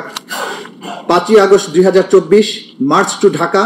স্বাধীন বাংলাদেশের ইতিহাসে এক অবিস্মরণীয় দিন। ফ্যাসিস্ট শেখ হাসিনার দানবীয় শাসন ব্যবস্থা এবং দাম্ভিকতার পতন। 2024 সালের 5 আগস্ট বাংলাদেশের ইতিহাসে এক বিভীষিকাময় দিন হিসেবে চিহ্নিত হয়ে আছে। ফ্যাসিবাদী শেখ হাসিনার পতনের দিনে যখন লাখো জনতা মার্চ টু ঢাকা আন্দোলনের মাধ্যমে রাস্তায় নেমে আসে, তখন সরকারের দমন পীড়নের নিষ্ঠুরতা চূড়ান্ত সীমায় পৌঁছায়। সকাল থেকে সেনাবাহিনী জানত শেখ হাসিনার শাসনের অবসান ঘটেছে, কিন্তু হাসিনার অনুগত পুলিশ বাহিনীর কিছু সদস্য বাস্তবতা অস্বীকার করে প্রাণপণে গণবিপ্লব রুখে দেওয়ার চেষ্টা করে। শহরের বিভিন্ন প্রবেশপথে, কেন্দ্রস্থলে পুলিশের আর্মড ইউনিট, আনসার সদস্য, ছাত্র, সাধারণ মানুষকে লক্ষ্য করে নির্বিচারে প্রাণঘাতী রাইফেল এবং শটগানের গুলি ছোড়ে। চানখারপুল, শাহবাগ, রামপুরা ব্রিজ, বাড্ডা, মিরপুর, আজমপুর, আশুলিয়া, গাজীপুর প্রতিটি স্থানে রক্তাক্ত লাশ ছড়িয়ে পড়তে থাকে, যাদের অধিকাংশ ছিল কিশোর বা শিক্ষার্থী। রাজধানীর চানখারপুলে গুলিতে 6 জন ছাত্র জনতা শহীদ হন। আশুলিয়াতে পুলিশের ভয়াবহতা চরমে পৌঁছে এখানে বহু সংখ্যক নিরীহ নিরস্ত্র মানুষকে হত্যা করা হয়। এর মধ্যে 6 জনকে, যাদের মধ্যে একজন জীবিত ছিল, পরবর্তীতে লাশ পুড়িয়ে দিয়ে পৈশাচিকতার চরম দৃষ্টান্ত স্থাপন করে। গাজীপুরের এক রিকশা চালককে খুব কাছ থেকে গুলি করে হত্যা করে মরদেহে গুম করে ফেলা হয়। আশুলিয়ায় 16 বছর বয়সী এক কিশোরকে গুলি করে চিরতরে ভঙ্গু করা হয়। এমনকি 12-14 বছরের কিশোরদের দেহ ছিল পুলিশের লক্ষ্যবস্তু, যাদের শরীর ঝাঁঝরা হয়ে যায় শটগানের পিলেটে। প্রত্যক্ষদর্শীরা জানিয়েছেন, পুলিশ কারো পরিচয় না জেনেই কোনো হুমকি ছাড়াই যাকে দেখেছে তাকেই গুলি করেছে, যেন শহর জুড়ে বুলেটের বৃষ্টি চলছিল। মর্মান্তিকভাবে কিছু এলাকায় পুলিশ গুলিবিদ্ধ মরদেহ পুলিশ ভ্যানে উঠিয়ে আগুন লাগিয়ে পুড়িয়ে ফেলে। এমন বিভৎস পরিস্থিতি তৈরি করে যাতে জনগণ ভেবে নেয় এই প্রাণহানির জন্য দায়ী তারাই, যারা প্রতিবাদ করেছিল। 5ই আগস্ট ছিল মুক্তির সূচনা, কিন্তু সেই দিনটি রঙিন হওয়ার বদলে রঞ্জিত হয়েছিল রক্তে। এটি ছিল হাজারো মায়ের কান্নার দিন, এক নিষ্ঠুর শাসকের শেষ মুহূর্তের হিংস্র সবল। এই দিন সারা দেশে স্বৈরাচারী শেখ হাসিনার নির্দেশে তার অনুগত পুলিশ বাহিনীর কিছু সদস্য, আওয়ামী লীগ, ছাত্রলীগ, আওয়ামী লীগের অঙ্গ সংগঠন সমূহের সশস্ত্র সন্ত্রাসীরা বিভিন্ন শহর এবং অঞ্চলে নিরীহ নিরস্ত্র ছাত্র জনতার উপরে নির্বিচারে হামলা চালালে শত শত মানুষ নিহত হয়, হাজার হাজার মানুষ গুরুতর জখমপ্রাপ্ত হয়। তৎকালীন প্রধানমন্ত্রী আসামি শেখ হাসিনা, তৎকালীন স্বরাষ্ট্রমন্ত্রী আসাদুজ্জামান খান কামাল, তৎকালীন আইজিপি চৌধুরী আব্দুল আল মামুন উল্লিখিত অপরাধ সংগঠনের উস্কানি, প্ররোচনা, উৎসাহ, সর্বোপরি সহায়তা, অধস্তনদের নির্দেশ প্রদানের মাধ্যমে উপরোক্ত মানবতা বিরোধী অপরাধ সংগঠন করেছেন। চিকিৎসা প্রদানে বাধা। তৎকালীন আওয়ামী ফ্যাসিস্ট সরকারের বিভিন্ন বাহিনী এবং আওয়ামী লীগের বিভিন্ন অঙ্গ সংগঠনের সশস্ত্র ক্যাডারদের আক্রমণে, চলমান আন্দোলনে আহত এবং গুরুতরভাবে জখমপ্রাপ্ত ব্যক্তিদের চিকিৎসা গ্রহণের বাধা প্রদান করে। প্রত্যক্ষদর্শীদের বিবরণ এবং ভিডিও থেকে প্রমাণ জানা যায়, পুলিশের ডিটেকটিভ ব্রাঞ্চ, ডিজিএফআই, এনএসআই এবং আওয়ামী লীগের সমর্থকেরা এই চিকিৎসা সহায়তায় বাধা প্রদান করে। চিকিৎসা সহায়তায় বাধাগ্রস্ত করার জন্য অ্যাম্বুলেন্স আটকে দেওয়া, হাসপাতাল এলাকায় অবস্থান নিয়ে বিক্ষোভকারীদের তথ্য সংগ্রহ করা, যে রোগীদের জরুরি চিকিৎসার প্রয়োজন তাদের চিকিৎসা না দিয়ে গ্রেপ্তার করা এবং চিকিৎসা প্রদানকারী কর্মীদের ভয় দেখানো হয়। তার অংশ হিসাবে চিকিৎসা প্রদানকারী চিকিৎসককে দুর্গম অঞ্চলে বদলি করা হয়। ডিজিএফআই, এনএসআই এর সহ গোয়েন্দা ও নিরাপত্তা সংস্থাগুলো হাসপাতালগুলোতে অভিযান চালিয়ে মেডিকেল রেকর্ড জব্দ করে এবং চিকিৎসা প্রদানকারী কর্মীদের মিথ্যা রিপোর্ট তৈরি করতে বা চিকিৎসা প্রদানে অস্বীকার করতে চাপ দেয়। এই ধরনের ইচ্ছাকৃত চিকিৎসা সেবা ব্যবস্থা ব্যাহত করার ফলে আহত জখম গুরুতর আকার ধারণ করে এবং অনেকে মৃত্যুর ঘটনা ঘটে। ভুক্তভোগী এবং প্রত্যক্ষদর্শীদের বিবরণ ইঙ্গিত করে যে পুলিশ প্রায়ই চিকিৎসা সহায়তা দিতে ইচ্ছাকৃতভাবে বাধা দিয়েছে, যেমনটা শেখ আসহাবুল ইয়ামিনের মৃত্যুর ঘটনায় দেখা যায়। ডিজিএফআই, এনএসআই, ডিটেকটিভ ব্রাঞ্চ এবং অন্যান্য সংস্থা হাসপাতালগুলোতে নজরদারিতে অংশ নেয়। তারা গুলিবিদ্ধ রোগীদের শনাক্ত করে চিকিৎসা কর্মী এবং আহতদের জিজ্ঞাসাবাদ করে, তাদের আঙ্গুলের ছাপ নেয়। কোনো আইনি প্রক্রিয়া ছাড়াই বিক্ষোভকারী শনাক্ত, নিরাপত্তা বাহিনী সহিংসতার প্রমাণ লুকাতে তারা চিকিৎসার নথি এবং অনেক হাসপাতালের সিসিটিভি ফুটেজ ধ্বংস করে ফেলে। আহত বিক্ষোভকারীদের যথাযথ চিকিৎসা না দিতে চিকিৎসা কর্মীদের উপর চাপ দেওয়া হয়। আহতদের আঘাতের কারণ সঠিকভাবে লিপিবদ্ধ না করতে চাপ দেওয়া হয়। একাধিক সাক্ষ্যের মাধ্যমে জানা যায় যে এটি ঊর্ধ্বতন মহলের নির্দেশে করা হয় এবং এর মধ্যে হাসপাতাল পরিদর্শনে আসা ঊর্ধ্বতন কর্মকর্তারাও ছিলেন। নিরাপত্তা বাহিনী এবং বিভিন্ন গোয়েন্দা সংস্থা বিভিন্ন হাসপাতালে একই ধরনের বাধা প্রয়োগ করেছে, যা থেকে প্রতীয়মান হয় উপর মহল থেকে সকল স্থানে একই কৌশল অবলম্বন করতে বলা হয়েছে। কোন এক হাসপাতালে গুলিবিদ্ধ হয়ে মারা যাওয়া ব্যক্তিদের মৃত্যুকে দুর্ঘটনা হিসেবে রেকর্ড করার নির্দেশ দেওয়া হয়। নির্দেশ না মানলে চিকিৎসা কর্মীদের বিরুদ্ধে মামলা করার হুমকি দেওয়া হয়। অন্য একটি হাসপাতালে পুলিশের নির্দেশ দেওয়া ছিল যে গুলিবিদ্ধ কাউকে ভর্তি না করার। অন্য একটি হাসপাতালে আওয়ামী লীগের একজন সংসদ সদস্য সরাসরি চিকিৎসকদের হুমকি দিয়ে আহত বিক্ষোভকারীদের চিকিৎসা প্রদান করতে বন্ধ করে দেয়। 2 জন চিকিৎসককে সেই নির্দেশ না মানে ডিটেকটিভ ব্রাঞ্চ তাদের গ্রেপ্তার করে। এর ফলে অন্যান্য আহতরা আতঙ্কে লুকিয়ে যায়। আরেক হাসপাতালে ডিজিএফআই, এনএসআই এর সদস্যরা আহত বিক্ষোভকারীদের চিকিৎসা প্রদানকারী চিকিৎসকদের জেরা করে নাম ঠিকানা লিখে রাখে। একটা হাসপাতালে যেখানে বিক্ষোভকারীরা চিকিৎসা নিচ্ছিল সেখানে 18 জুলাই একটি অজ্ঞাতনামা ব্যক্তি ফোন করে চিকিৎসা বন্ধ করতে হুমকি প্রদান করে। ছাত্রলীগ, আওয়ামী লীগ তাদের অঙ্গ সংগঠনের সমর্থকরা হাসপাতালের প্রবেশপথে উপস্থিত থেকে অ্যাম্বুলেন্স, অন্যান্য ব্যক্তিগত গাড়ি, রিক্সা আটকে দিতে পুলিশকে সাহায্য করে। ফলে তীব্র চাপের ফলে স্বাভাবিক চিকিৎসা সেবা ব্যাহত হয়। অনেক আহত বিক্ষোভকারী, বিশেষ করে যারা গুলিবিদ্ধ, তারা বিভিন্ন চাপ ও ভয় প্রদর্শনের কারণে বেসরকারি হাসপাতালেও প্রয়োজনীয় চিকিৎসা পাননি। অন্যদিকে অনেক চিকিৎসক, স্বাস্থ্যকর্মী নিজেদের জীবনের ঝুঁকি নিয়ে জরুরি ভিত্তিতে বিনা খরচে আহতদের চিকিৎসা দিয়েছেন, যার মধ্যে রাজধানীর ইবনে সিনা মেডিকেল কলেজ হাসপাতাল কৌশলে মহিলা ওয়ার্ডে পুরুষ জখমীদের চিকিৎসা প্রদান করে হেলমেটধারী ছাত্রলীগের তল্লাশি থেকে বাঁচার জন্য। নারী এবং শিশুদের প্রতি নিষ্ঠুরতা। তৎকালীন আওয়ামী ফ্যাসিস্ট সরকারের বিভিন্ন বাহিনী এবং আওয়ামী লীগের বিভিন্ন অঙ্গ সংগঠনের রাজনৈতিক নেতাকর্মীদের মাধ্যমে চলমান আন্দোলনে নারী ও শিশুদের প্রতি নিষ্ঠুরতার দৃশ্য ফুটে ওঠে। নারী আন্দোলনকারীরাও নিরাপত্তা বাহিনী ও সশস্ত্র আওয়ামী লীগ কর্মীদের হামলা থেকে রেহাই পায়নি। ঢাকা বিশ্ববিদ্যালয় ইডেন কলেজে নারী শিক্ষার্থীদের উপর হামলার পাশাপাশি ঢাকার বিভিন্ন স্থানে যাত্রাবাড়ি, উত্তরা, ধানমন্ডি, মিরপুর, ঢাকার বাইরে সাভার, কুমিল্লা, সিলেট, রংপুরে নারী বিক্ষোভকারীদের উপর হামলা করা হয়। অনুরূপভাবে তাদেরকে নির্বিচারে গ্রেপ্তার ও নির্যাতন করে অন্যান্য নিপীড়নের শিকার হতে হয়েছে, যাতে নারীরা বিক্ষোভে অংশগ্রহণ না করে এবং নেতৃত্ব না দেয়, এই জন্য তাদের নির্যাতন করা হয়। নারীদের শারীরিক নির্যাতনের লক্ষ্যে তাদের মুখ, বক্ষ, পেলভিস, নিতম্ব ইত্যাদি লক্ষ্য করে আঘাত করা হয়। আঘাত করার পাশাপাশি নারী পরিচয়ের কারণে লাঞ্ছিত করা হয়। শারীরিক সহিংসতার পাশাপাশি বিক্ষোভকারী নারীদেরকে বেশ্যা, পতিতা, পাইকারি মেয়ে ইত্যাদি অকথ্য ভাষায় গালমন্দ করা হয়। পুলিশ এবং আওয়ামী লীগ, ছাত্রলীগ সহ তাদের অঙ্গ সংগঠনের কর্মীরা নারী বিক্ষোভকারীদের ধর্ষণ, উলঙ্গ করে দেওয়া সহ বিভিন্ন যৌন হয়রানির হুমকি দেয়। আওয়ামী লীগ কর্মীদের হাতে নারী বিক্ষোভকারীদের শারীরিক যৌন সহিংসতার একটি ঘটনা ঘটেছে। আগস্টের প্রথম দিকে ঢাকায় বাঁশের লাঠি হাতে কয়েকজন পুরুষ এক মহিলাকে আটকিয়ে তিন আন্দোলনকারী কিনা জানতে চায়, তার ব্যাগ এবং ফোন তল্লাশি করে একটি বাংলাদেশের পতাকা পাওয়ায় তার চুল টেনে ধরে, পোশাক ছিঁড়ে ফেলে এবং বক্ষ নিতম্বে চাপ দিয়ে ধরে রাখে ও অশ্লীল গালিগালাজ করে।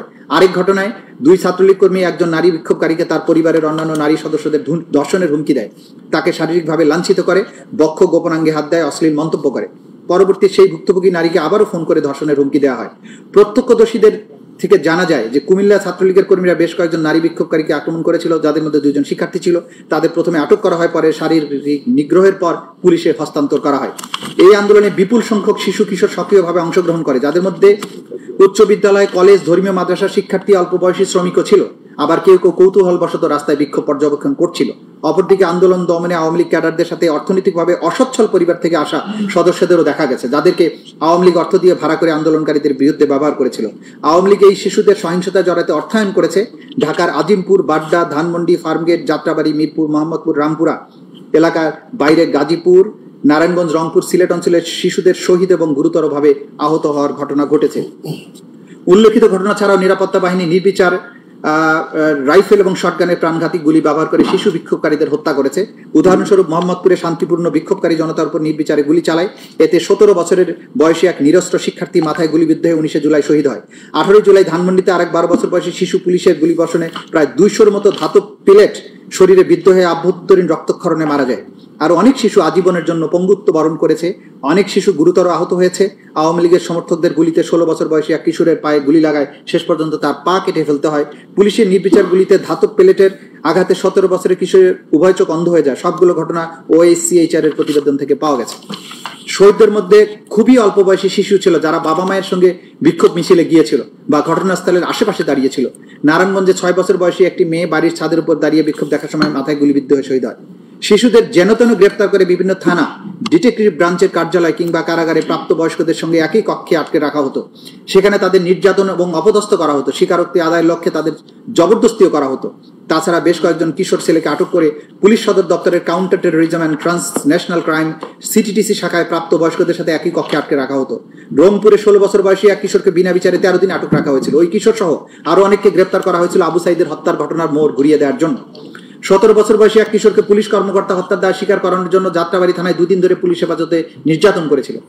এরপর তাকে ডিটেকটিভ ব্রাঞ্চ কার্যালয়ে নিয়ে পুনরায় নির্যাতন করা হয়েছিল। আটক রাখার 3 দিন পরে ওই কিশোরকে আদালতে হাজির করা হলে বিচারক তাকে আরো 7 দিনের রিমান্ডে রাখার নির্দেশ দেন। প্রাপ্তবয়স্ক বন্দীদের সঙ্গে রাখা হবে জেনেও, যদিও কিশোরের পক্ষে আইনজীবী আদালতের কাছে বলেছিলেন ভুক্তভোগী আসলে একজন শিশু। এই ঘটনাটি গণমাধ্যমে প্রচারের পরে আরেক বিচারক কিশোরটিকে বিশেষ শিশু হেফাজত কেন্দ্রে রাখার নির্দেশ দেন। সেখানে ওই কিশোর 6 আগস্ট পর্যন্ত আটক ছিল। জুলাই মাসের 15 তারিখ থেকে আগস্টের 5 তারিখ পর্যন্ত কমপক্ষে 118 জন শিশু, কমপক্ষে 13 জন নারীকে হত্যা করা হয়। মালর এরপরে আসামিদের পরিচিতি। আসামি শেখ হাসিনার বিস্তারিত পরিচয় আমরা উল্লেখ করেছি। তার বিরুদ্ধে কি কি মামলা আছে সেগুলো আমরা বলেছি। আসাদুজ্জামান খান কামালের পরিচয় দিয়েছি, চৌধুরী আব্দুল আল মামুনের পরিচয় দিয়েছি। এবার আমি চলে আসছি পেজ 108-এ। আসামিদের বিরুদ্ধে মানবতা বিরোধী অপরাধের বিবরণ।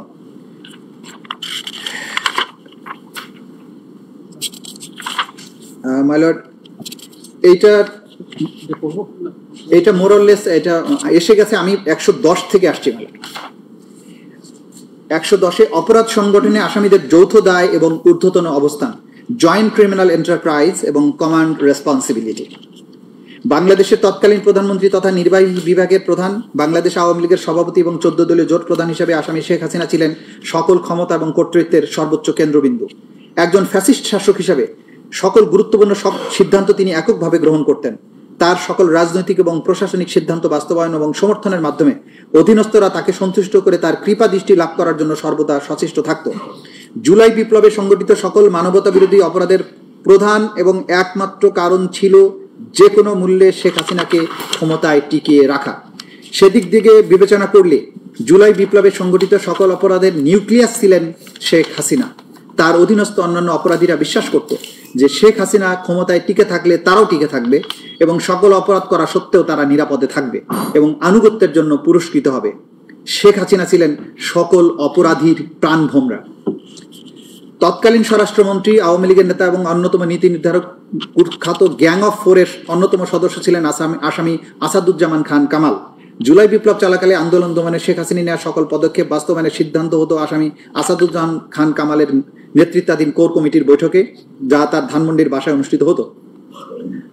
স্বরাষ্ট্রমন্ত্রী হিসেবে আইন শৃঙ্খলা বাহিনীর পূর্ণ নিয়ন্ত্রক ছিলেন আসামি আসাদুজ্জামান খান কামাল। তৎকালীন আইজিপি চৌধুরী আব্দুল মামুন ছিলেন পুলিশের প্রধান হিসেবে আইন শৃঙ্খলা বাহিনীর অন্যতম নিয়ন্ত্রক এবং স্বরাষ্ট্রমন্ত্রীর সহযোগী। আন্দোলন দমনে নিরস্ত্র ছাত্র জনতার উপর নির্বিচারে গুলিবর্ষণের সিদ্ধান্ত বাস্তবায়ন হচ্ছে কিনা তা তারা সার্বক্ষণিকভাবে তত্ত্বাবধানের অংশ হিসেবে সরজমিনে পরিদর্শনে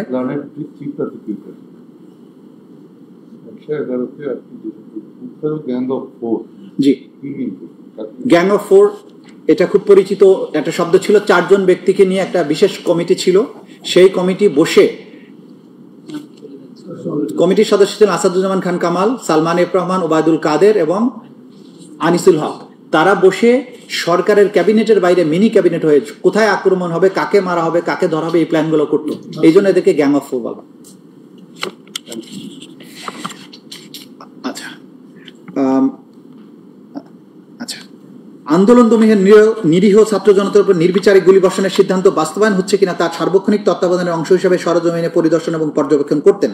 আন্দোলন চলাকালে 27 জুলাই 2024 খ্রিস্টাব্দে যাত্রাবাড়ি থানার সামনে আন্দোলন দমনে আইন শৃঙ্খলা বাহিনী তদারকি করতে গেলে মোবাইলে ধারণকৃত আন্দোলন ছাত্র জনতাকে গুলি করার, হত্যা করার ভিডিও আসামি আসাদুজ্জামান কামাল এবং চৌধুরী আব্দুল মামুন ও স্বরাষ্ট্র সচিব জাহাঙ্গীর আলমকে প্রদর্শন করেন ওয়ারি জোনের ডিসি ইকবাল।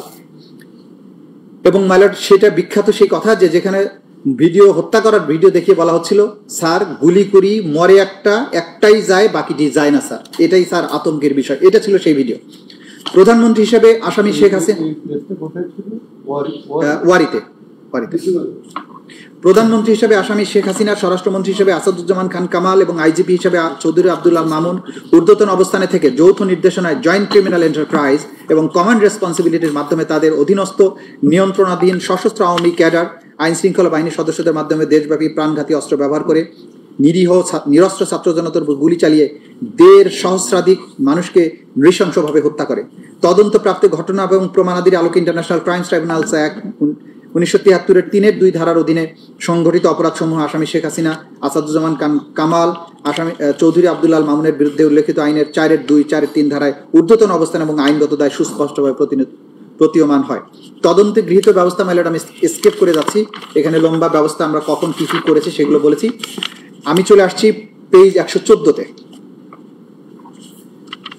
আসামিদের কর্তৃক সংগঠিত সুনির্দিষ্ট মানবতা বিরোধী অপরাধ সমূহ, পেজ 114। তদন্তকালে আসামি শেখ হাসিনা, আসামি আসাদুজ্জামান খান কামাল, আসামি চৌধুরী আব্দুল মামুনদের বিরুদ্ধে আরও অন্যান্য অভিযোগ ছাড়াও নিম্নলিখিত সুনির্দিষ্ট মানবতা বিরোধী অপরাধ সংগঠনের প্রাথমিক সত্যতা পাওয়া গেছে। সুনির্দিষ্ট অপরাধ 1, 14 জুলাই 2024 খ্রিস্টাব্দে গণভবনে আয়োজিত সংবাদ সম্মেলনে আসামি শেখ হাসিনার উস্কানিমূলক বক্তব্য প্রদান, এর প্রেক্ষিতে আসাদুজ্জামান খান কামাল, আসামি চৌধুরী আব্দুল মামুন সহ তৎকালীন সরকারের অন্যান্য ঊর্ধ্বতন কর্তৃপক্ষের প্ররোচনা, সহায়তা, সম্পৃক্ততায় তাদের অধীনস্থ নিয়ন্ত্রণাধীন আইন শৃঙ্খলা বাহিনীর সদস্য সশস্ত্র আওয়ামী সন্ত্রাসী কর্তৃক ব্যাপক মাত্রায় এবং পদ্ধতিগতভাবে নিরীহ নিরস্ত্র ছাত্র জনতার উপর আক্রমণের অংশ হিসেবে murder, attempt to murder, torture, inhuman acts করার অপরাধ সমূহ সংগঠনের প্ররোচনা, অ্যাবেটমেন্ট, উস্কানি, সহায়তা, সম্পৃক্ততা, অপরাধ সংগঠন প্রতিরোধে ব্যর্থতা, অপরাধ সংগঠনের জন্য দায়ী ব্যক্তিদের শাস্তি প্রদান না করা, ফেইলিয়ার টু পানিশ, এবং ষড়যন্ত্র করার অপরাধ যা আসামিদের জ্ঞাতসারে সংগঠিত। ঘটনাস্থল 1, গণভবন এবং সমগ্র বাংলাদেশ। ঘটনার তারিখ এবং সময় 14 জুলাই 2024 খ্রিস্টাব্দ থেকে 5 আগস্ট 2024।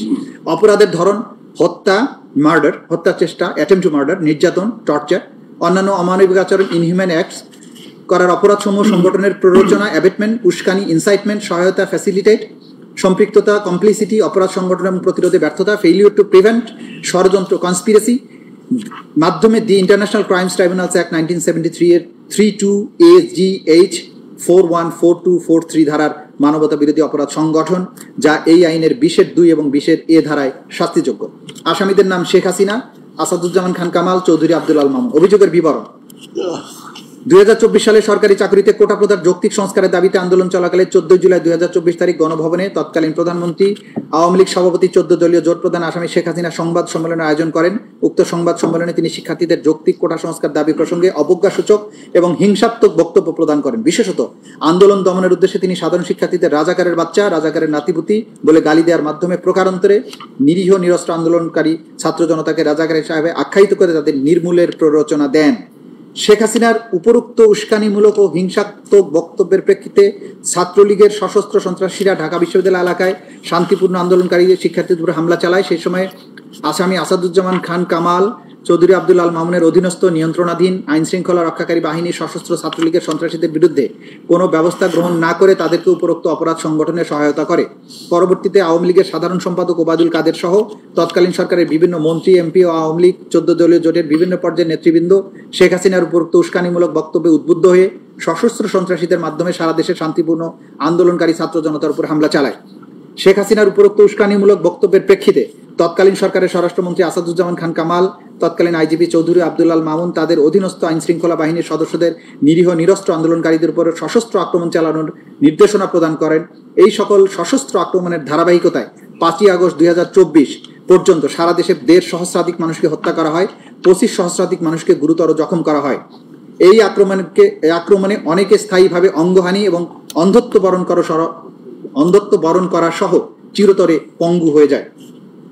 আসামি শেখ হাসিনার উক্ত উস্কানিমূলক বক্তব্য উদ্বুদ্ধ হয়ে আসামি আসাদুজ্জামান খান কামাল, চৌধুরী আব্দুল আল মামুনের সুযোগ করে দেওয়ার মতে তাদের অধীনস্থ নিয়ন্ত্রণাধীন আওয়ামী লীগ ও 14 দলীয় দলের সশস্ত্র ক্যাডার বাহিনী, আইন শৃঙ্খলা বাহিনী বিভিন্ন হাসপাতালে গিয়ে আহতদের চিকিৎসা গ্রহণে, ডাক্তারদের চিকিৎসা প্রদানে বাধা প্রদান, নিহতদের সুরতহাল পোস্টমর্টেম করতে কিংবা রিপোর্টে মৃত্যুর সঠিক কারণ উল্লেখ করতে বাধা প্রদান করে, নিহতদের মৃত্যুর সনদে সঠিক কারণ লিখতে প্রতিবন্ধকতা সৃষ্টি করে, ভিন্ন কারণ লিখতে বাধ্য করে, নিহতদের জানাজা এবং কবরস্থ করতে বাধা দেয়, নিহতদের স্বজনের কাছে মৃতদেহ হস্তান্তর না করে বেওয়ারিশ লাশ হিসাবে গণকবরে দাফন করা, লাশ গুম করার উদ্দেশ্যে আগুন দিয়ে পুড়িয়ে দেওয়ার মাধ্যমে অমানবিক আচরণ বা আদার ইনহিউম্যান অ্যাক্টস করার অপরাধসমূহ সংগঠন করে।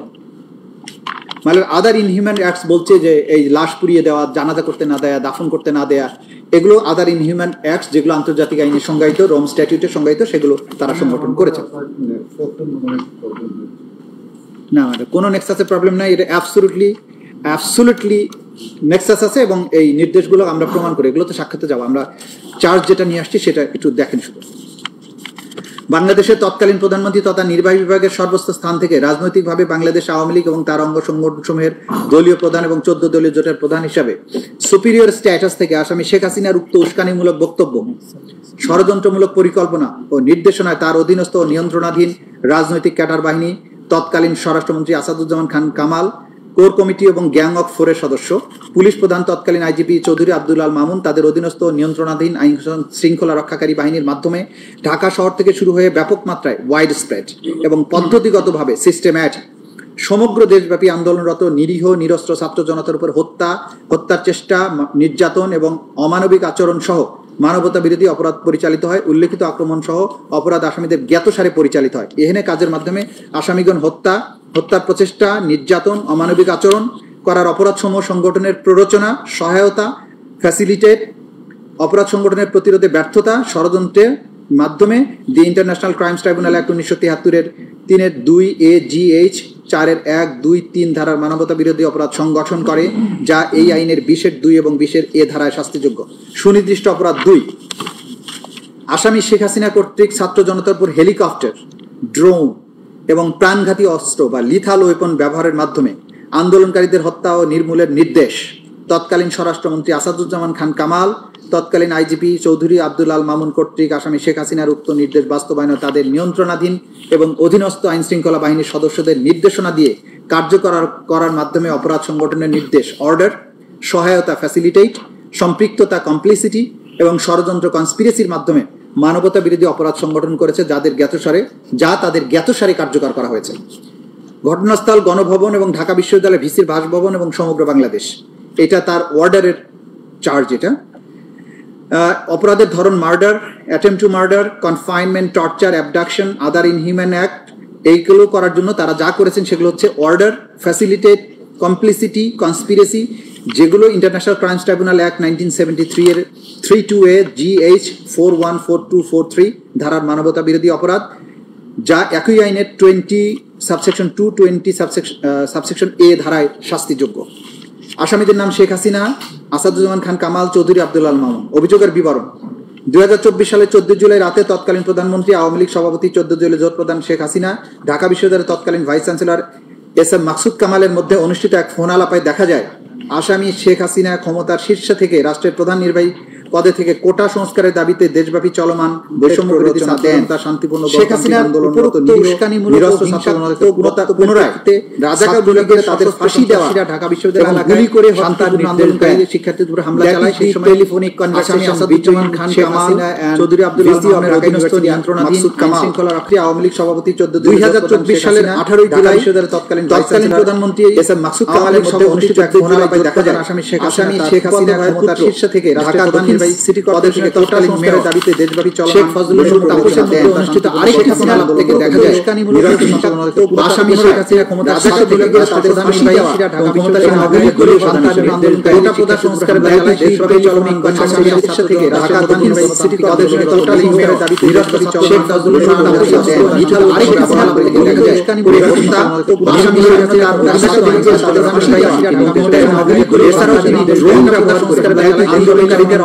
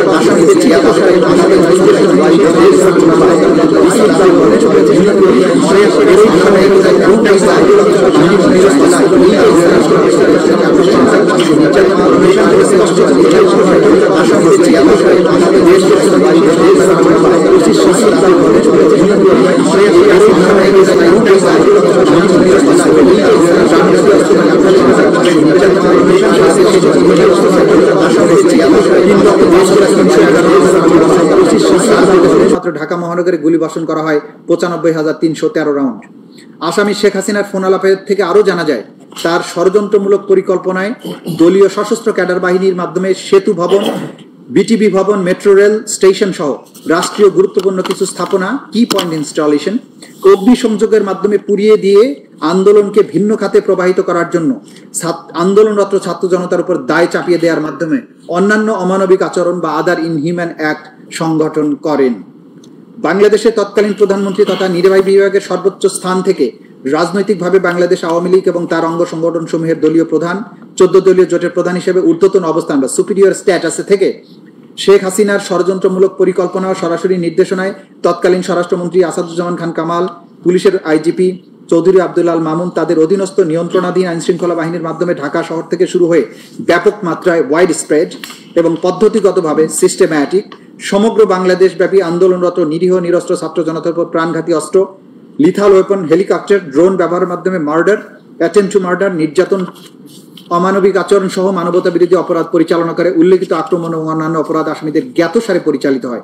এহেন কাজের মাধ্যমে আসামিগণ মার্ডার, অ্যাবডাকশন, কনফাইনমেন্ট, টর্চার, পরিকল্পিতভাবে অগ্নিসংযোগের মাধ্যমে রাষ্ট্রীয় সম্পদ ধ্বংস করে তারা দায় আন্দোলনকারীদের উপর চাপিয়ে দিয়ে অন্যান্য অমানবিক আচরণ বা আদার ইনহিউম্যান অ্যাক্টস করার নির্দেশ, প্ররোচনা, সহায়তা, সম্পৃক্ততা এবং ষড়যন্ত্রের মাধ্যমে the international crimes tribunals act 1973 এর 32A GH 41,423 ধারার মানবতা বিরোধী অপরাধ সংগঠন করেছেন, যা একই আইনের 20(2) এবং 20(a) ধারার শাস্তিযোগ্য অপরাধ। সুনির্দিষ্ট অপরাধ 3, আসামি শেখ হাসিনার উস্কানিমূলক বক্তব্য এবং মারণাস্ত্র ব্যবহার করে আন্দোলনরত ছাত্র জনতাকে হত্যার নির্দেশনার প্রেক্ষিতে আসামি আসাদুজ্জামান খান কামাল, আসামি চৌধুরী আব্দুল আল মামুন সহ তৎকালীন সরকারের অন্যান্য ঊর্ধ্বতন কর্তৃপক্ষের প্ররোচনা, সহায়তায়, সম্পৃক্ততা, তাদের অধীনস্থ এবং নিয়ন্ত্রণাধীন আইন শৃঙ্খলা বাহিনীর সদস্য, সশস্ত্র আওয়ামী সন্ত্রাসী কর্তৃক ব্যাপক মাত্রায় এবং পদ্ধতিগতভাবে নিরীহ নিরস্ত্র ছাত্র জনতার উপর আক্রমণের অংশ হিসাবে 16 জুলাই 2024 খ্রিস্টাব্দে রংপুরের বেগম রোকেয়া বিশ্ববিদ্যালয়ের সামনে আগ্নেয়াস্ত্র দিয়ে স্বল্প দূরত্ব থেকে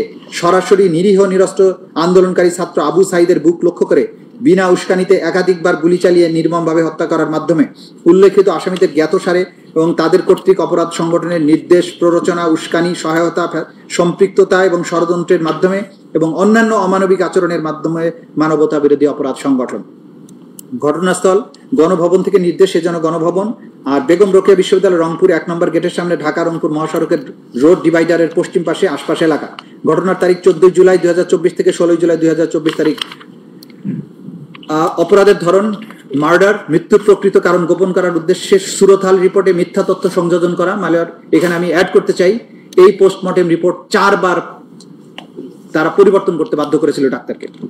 পোস্টমর্টেম রিপোর্ট বারবার পরিবর্তন, মিথ্যা বর্ণনা, মামলা দায়ের করার মাধ্যমে অন্যান্য অমানবিক আচরণ করার অপরাধসমূহ সংগঠনের নির্দেশ, প্ররোচনা, উস্কানি, সহায়তা, সম্পৃক্ততা, ষড়যন্ত্রের মাধ্যমে ইন্টারন্যাশনাল ক্রাইমস ট্রাইব্যুনালস অ্যাক্টের 32AGH 41423 ধারার মানবতা বিরোধী অপরাধ সংগঠন, যা একই আইনের 20(2) এবং 20(a) ধারার শাস্তিযোগ্য অপরাধ। আসামি শেখ হাসিনা, আসাদুজ্জামান খান কামাল এবং চৌধুরী আব্দুল আল মামুন। অভিযোগের বিবরণ, হ্যাঁ এটা মানে এটা অভিযোগের বিবরণ ইতিমধ্যে বলে ফেলেছি, এটা না পড়ে আমি পেজ 124 থেকে বলছি। এরই অংশ হিসাবে 16 জুলাই রংপুরের বেগম রোকেয়া বিশ্ববিদ্যালয় ক্যাম্পাসে পুলিশ এবং সশস্ত্র আওয়ামী সন্ত্রাসী এবং বিশ্ববিদ্যালয় আওয়ামী লীগ প্রশাসন আন্দোলনকারীদের বিরুদ্ধে অবস্থান নেয়। অপরদিকে বিশ্ববিদ্যালয়ের সামনে নিরীহ নিরস্ত্র ছাত্র জনতা বিক্ষোভ মিছিল শুরু করলে তাতে পুলিশ এবং আওয়ামী লীগ সশস্ত্র ক্যাডাররা ছাত্র জনতার উপরে নির্বিচারে গুলি চালায়। ফলে আন্দোলনরত ছাত্র জনতা গুরুতর আহত ও ছত্রভঙ্গ হয়ে গেলেও সেই মিছিলে থাকা আন্দোলনকারী ছাত্র সমন্বয়ক আবু সাইদ তার অবস্থান ত্যাগ না করে দুহাত প্রসারিত করে দাঁড়িয়ে থেকে প্রতিবাদ অব্যাহত রাখলে রংপুর মেট্রোপলিটন পুলিশ কমিশনার, অন্যান্য পুলিশ কর্মকর্তাদের তত্ত্বাবধানে বিশ্ববিদ্যালয় প্রশাসনের উস্কানিতে SI Amir Hossain, police constable Sujan চন্দ্র রায় তাদের হাতে আগ্নেয়াস্ত্র দিয়ে স্বল্প দূরত্ব থেকে সরাসরি আবু সাইদের বুক লক্ষ্য করে বিনা উস্কানিতে একাধিক গুলি চালিয়ে তাকে নির্মমভাবে হত্যা করে।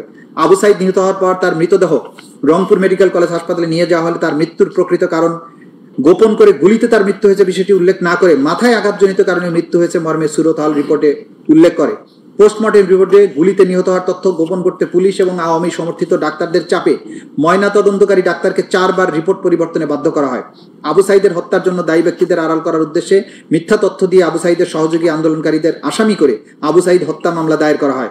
উল্লেখিত আক্রমণ সমূহ অন্যান্য অপরাধ আসামিদের জ্ঞাতসারে পরিচালিত হয়। এহেন কাজের মধ্যে আসামিগণ মার্ডার, মৃত্যুর প্রকৃত কারণ গোপন করার উদ্দেশ্যে সুরতহাল রিপোর্টে মিথ্যা তথ্য সংযোজন করা, পোস্টমর্টেম রিপোর্ট বারবার পরিবর্তন করা, মিথ্যা বর্ণনা দায়ের করার মাধ্যমে অমানবিক আচরণ করার অপরাধসমূহ সংগঠনের নির্দেশ, উস্কানি, সহায়তা, সম্পৃক্ততা এবং ষড়যন্ত্রের মাধ্যমে দ্য ইন্টারন্যাশনাল ক্রাইমস ট্রাইব্যুনালস অ্যাক্টের 32AGH 41423 ধারার অপরাধ সংগঠন করে, যা এই আইনের 20(2) এবং 20(a) ধারায় শাস্তিযোগ্য। সুনির্দিষ্ট অপরাধ 4, আসামি শেখ হাসিনার উস্কানিমূলক বক্তব্য, মারণাস্ত্র ব্যবহার করে আন্দোলনরত ছাত্র জনতাকে হত্যার নির্দেশের প্রেক্ষিতে আসাদুজ্জামান খান কামাল, চৌধুরী আব্দুল আল মামুন সহ তৎকালীন সরকারের অন্যান্য ঊর্ধ্বতন কর্তৃপক্ষের প্ররোচনা, সহায়তা, সম্পৃক্ততায়, তাদের অধীনস্থ নিয়ন্ত্রণাধীন আইন শৃঙ্খলা বাহিনীর সদস্য ও সশস্ত্র আওয়ামী সন্ত্রাসী কর্তৃক ব্যাপক মাত্রা এবং পদ্ধতিগতভাবে নিরীহ নিরস্ত্র ছাত্র জনতার উপর আক্রমণের অংশ হিসাবে 5 আগস্ট 2024 তারিখে ঢাকা মহানগরীর চানখাঁরপুর এলাকায় আন্দোলনরত নিরীহ নিরস্ত্র ছাত্র জনতার উপর তৎকালীন সরকারের আইন শৃঙ্খলা রক্ষাকারী বাহিনীর সদস্যদের কর্তৃক নিরীহ নিরস্ত্র 6 জন ছাত্র জনতাকে গুলি করে হত্যা করার মাধ্যমে উল্লেখিত আসামিদের জ্ঞাতসার এবং তাদের কর্তৃক হত্যার নির্দেশ, প্ররোচনা, উস্কানি, সহায়তা, সম্পৃক্ততা এবং ষড়যন্ত্র করার মাধ্যমে মানবতা বিরোধী অপরাধ সংগঠন। এইটার বর্ণনা দিচ্ছি পেজ 126-এ। 2024 সালে সরকারি চাকরিতে কোটা প্রদার যৌক্তিক সংস্কারের দাবিতে আন্দোলন চলমান থাকা অবস্থায় 14 জুলাই 2024 তারিখে গণভবনে সংবাদ সম্মেলন আয়োজন করা হয়। মানে এটা তো আগেরটা, এটার লাস্ট প্যারাগ্রাফ আমি চলে আসছি 127-এ। লাস্ট প্যারাগ্রাফ 127 লাস্ট প্যারাগ্রাফ থেকে, এর ধারাবাহিকতায় বৈষম্য বিরোধী ছাত্র জনতার আন্দোলনের কেন্দ্রীয় কমিটির মার্চ টু ঢাকা কর্মসূচি পালনের জন্য 5ই আগস্ট সারা দেশ থেকে জনগণকে ঢাকায় আসার আহ্বান জানানো হয়। স্বাধীনতা পরবর্তী সময়ে বাংলাদেশের মানুষের মনে যে বৈষম্যহীন একটি সমাজ প্রতিষ্ঠার স্বপ্ন জন্মেছিল তা বাস্তবায়নে গণতন্ত্র প্রতিষ্ঠার উদ্দেশ্যে মার্চ টু ঢাকা কর্মসূচি পালনের উদ্দেশ্যে বাংলাদেশের প্রতিটি অঞ্চল থেকে নিরীহ শান্তিপ্রিয় মুক্তিকামী মানুষ 5ই আগস্ট ঢাকা অভিমুখে রওনা দেন। আসামি শেখ হাসিনা, আসাদুজ্জামান খান কামাল এবং চৌধুরী আব্দুল আল মামুন ষড়যন্ত্রমূলক পরিকল্পনা ও নির্দেশনায় আন্দোলন দমন করার সর্বাত্মক প্রচেষ্টার অংশ হিসেবে প্রাণঘাতী অস্ত্র বা লিথাল ওয়েপন ব্যবহার করে গুলি করার যে নির্দেশনা দেওয়া হয় তা বাস্তবায়নে ঢাকার বিভিন্ন প্রবেশ মুখের ন্যায় ঢাকা মেডিকেল কলেজ হাসপাতাল সংলগ্ন চানখারপুল ও তার আশেপাশের এলাকায় প্রাণঘাতী অস্ত্র, চাইনিজ রাইফেল, অস্ত্রশস্ত্রে সজ্জিত পুলিশ বাহিনীর 40-50 জন সদস্য মোতায়েন করা হয় 5ই আগস্ট সকাল থেকে। আসামিদের উক্ত নির্দেশ বাস্তবায়নের জন্য ডিএমপির তৎকালীন কমিশনার হাবিবুর রহমানের ওয়্যারলেস নির্দেশনার আলোকে যুগ্ম পুলিশ কমিশনার সুদীপ কুমার চক্রবর্তীর প্রত্যক্ষ তদারকিতে ঘটনাস্থলে উপস্থিত অতিরিক্ত পুলিশ কমিশনার শাহ আলম মোহাম্মদ আক্তারুল ইসলামের সরাসরি তত্ত্বাবধানে তার অধীনস্থদের নির্দেশ প্রদান, সহযোগিতা, সুযোগ তৈরির মাধ্যমে সহকারী police commissioner Mohammad Imrul, police পরিদর্শক মোহাম্মদ আরশাদ হোসেনের নির্দেশে constable Sujan, constable Imaj, constable Nasirul Islam এর মাধ্যমে প্রাণঘাতী চাইনিজ রাইফেল দিয়ে সুনির্দিষ্টভাবে গুলি করে ঘটনাস্থলে শাহবাগ থানাধীন চানখারপুল ও সংলগ্ন বংশাল ও চকবাজার এলাকায় সকাল হতে দুপুর 2:30টার মধ্যে শহীদ শাহরিয়ার খান আনাস, শহীদ শেখ মাহাদি হাসান জুনাইদ ওরফে মুস্তাকিম, শহীদ মোহাম্মদ ইয়াকুব, শহীদ মোহাম্মদ রাকিব হাওলাদার, শহীদ মোহাম্মদ ইসমামুল হক, শহীদ মানিক মিয়া ওরফে শাহরিক সহ মোট 6 জনকে নৃশংসভাবে হত্যা করে। এহেন কাজের মাধ্যমে আসামিগণ মার্ডার করার নির্দেশ, অর্ডার, প্ররোচনা, অ্যাবেটমেন্ট, উস্কানি, ইনসাইটমেন্ট, সহায়তা, ফ্যাসিলিটেশন, সম্পৃক্ততা, কমপ্লিসিটি, ষড়যন্ত্র, কনস্পিরেসির মাধ্যমে the international crimes tribunals act 1973 এর 328 GH 414243 ধারার মানবতা বিরোধী অপরাধ সংগঠন, যা একই আইনের 20(2) এবং 20(a) ধারায় শাস্তিযোগ্য। সুনির্দিষ্ট অপরাধ 5, আসামি শেখ হাসিনার উস্কানিমূলক বক্তব্য এবং মারণাস্ত্র ব্যবহার করে আন্দোলনরত ছাত্র জনতাকে হত্যা নির্দেশনার প্রেক্ষিতে আসামি আসাদুজ্জামান খান কামাল এবং আসামি চৌধুরী আব্দুল আল মামুন সহ তৎকালীন সরকারের অন্যান্য ঊর্ধ্বতন কর্তৃপক্ষের প্ররোচনা, সহায়তা এবং সম্পৃক্ততায় তাদের অধীনস্থ এবং নিয়ন্ত্রণাধীন আইন শৃঙ্খলা বাহিনীর সদস্য, সশস্ত্র আওয়ামী সন্ত্রাসী কর্তৃক ব্যাপক মাত্রায় পদ্ধতিগতভাবে নিরীহ নিরস্ত্র ছাত্র জনতার উপর আক্রমণের অংশ হিসেবে 5ই আগস্ট 2024 ঢাকার আশুলিয়া থানার সামনে এবং আশেপাশে এলাকায় আন্দোলনরত নিরীহ নিরস্ত্র ছাত্র জনতার উপর তৎকালীন সরকারের আইন শৃঙ্খলা রক্ষাকারী বাহিনীর সদস্যদের কর্তৃক নিরীহ নিরস্ত্র 6 জন ছাত্র জনতাকে গুলি করে তাদের মধ্যে 5 জনের মৃতদেহ এবং 1 জনকে জীবিত এবং গুরুতর অবস্থায় আগুন দিয়ে পুড়িয়ে দেওয়ার অপরাধ, যা আসামিদের জ্ঞাতসারে সংগঠিত হয়েছে। উক্তরূপ হত্যার নির্দেশ, প্ররোচনা, উস্কানি, সহায়তা, সম্পৃক্ততা, ষড়যন্ত্র এবং অন্যান্য অমানবিক আচরণ করার মাধ্যমে মানবতা বিরোধী অপরাধ সংগঠন। এইটার বর্ণনাটা আমরা দিয়েছি পেজ 131 লাস্ট প্যারাগ্রাফ। এর ধারাবাহিকতায় বৈষম্য বিরোধী ছাত্র জনতার আন্দোলনের কেন্দ্রীয় কর্মসূচির মার্চ টু ঢাকা কর্মসূচি পালনের জন্য 5ই আগস্ট সারা দেশ থেকে ঢাকায় আসার আহ্বান জানানো হয়। স্বাধীনতা পরবর্তী সময়ে বাংলাদেশের মানুষের জন্য মনে যে বৈষম্যহীন সমাজ প্রতিষ্ঠার স্বপ্ন জন্মেছিল তা বাস্তবায়নের উদ্দেশ্যে গণতন্ত্র প্রতিষ্ঠার উদ্দেশ্যে মার্চ টু ঢাকা কর্মসূচি পালনের উদ্দেশ্যে বাংলাদেশের প্রতিটি অঞ্চল থেকে নিরীহ শান্তিপ্রিয় মুক্তিকামী মানুষ 5ই আগস্ট ঢাকা অভিমুখে রওনা দেন। আসামি শেখ হাসিনা, আসাদুজ্জামান খান কামাল এবং চৌধুরী আব্দুল আল মামুনের ষড়যন্ত্রমূলক পরিকল্পনা ও নির্দেশনার আলোকে আন্দোলন দমন করার সর্বাত্মক প্রচেষ্টার অংশ হিসাবে প্রাণঘাতী অস্ত্র, লিথাল ওয়েপন মাধ্যমে গুলি করার যে নির্দেশনা দেয়া হয় তা বাস্তবায়নে স্থানীয় সংসদ সদস্য মোহাম্মদ সাইফুল ইসলাম, তৎকালীন ডিআইজি সৈয়দ নুরুল ইসলামের সরাসরি তত্ত্বাবধানে স্থানীয় পুলিশ ও আওয়ামী সশস্ত্র সন্ত্রাসীরা আশুলিয়া থানা এলাকায় জড়ো হওয়া ছাত্র জনতাকে বাধা প্রদান করে এবং গুলি করে হত্যা করতে থাকে। শেখ হাসিনার পতন এবং দেশ ত্যাগের পর মুক্তিকামী ছাত্র জনতা বিজয় উদযাপন করার জন্য রাজপথে নেমে আসলে আসামিদের পূর্বের নির্দেশের ধারাবাহিকতায় আশুলিয়া থানার আশেপাশে পুলিশ এবং আওয়ামী সশস্ত্র সন্ত্রাসীরা রাইফেল, শটগান, এসএমজি সহ নানা ধরনের আগ্নেয়াস্ত্র সজ্জিত হয়ে বিজয় উল্লাসরত সাধারণ ছাত্র জনতাকে বেপরোয়া গুলি করে শহীদ সাজ্জাদ হোসেন সজল, শহীদ আসবুর, শহীদ চান্দিল মাহমুদ সুজয়, শহীদ বাইজিদ বোস্তামি, শহীদ আবুল হোসেন সহ মোট 5 জনকে হত্যা করে এবং 1 জনকে গুলি করে আহত করে। এরপর আনুমানিক বিকাল 4টা থেকে 5টার মধ্যে ওই সমস্ত পুলিশ এবং আওয়ামী সন্ত্রাসীরা শহীদ হওয়া 5 জন যথাক্রমে শহীদ সাজ্জাদ হোসেন সজল, শহীদ আসবুর, শহীদ তানজিল মাহমুদ সুজয়, শহীদ বাইজিদ বোস্তামি, শহীদ আবুল হোসেন সহ মোট 5 জনকে 5 জনের মৃতদেহ এবং 1 জনকে জীবিত ও গুরুতর আহত অবস্থায় একটি প্যাডেল ভ্যানে হাত পা ধরে নিক্ষেপ করে একত্রিত করে। তারপর প্যাডেল ভ্যান থেকে 5 জনের মৃতদেহ এবং একজনকে জীবিত ও গুরুতর আহত অবস্থায় আরেকটি পুলিশের পিকআপ ভ্যানে উঠিয়ে উক্ত মৃত এবং জীবিত দেহগুলোকে পেট্রোল ঢেলে আগুন ধরিয়ে দেয়। গুরুতর আহত ব্যক্তিকে হাত পা নাড়াতে দেখলেও নিষ্ঠুর এবং বর্বর পুলিশ তাকে উদ্ধার না করে বা চিকিৎসার ব্যবস্থা না করে আরো জ্বালানি কাঠ আগুনে নিক্ষেপ করে 6 জনকেই পুড়িয়ে অঙ্গারে পরিণত করে, যা আসামিদের জ্ঞাতসারে পরিচালিত হয়েছে বলে সহজে অনুমান করা যায়।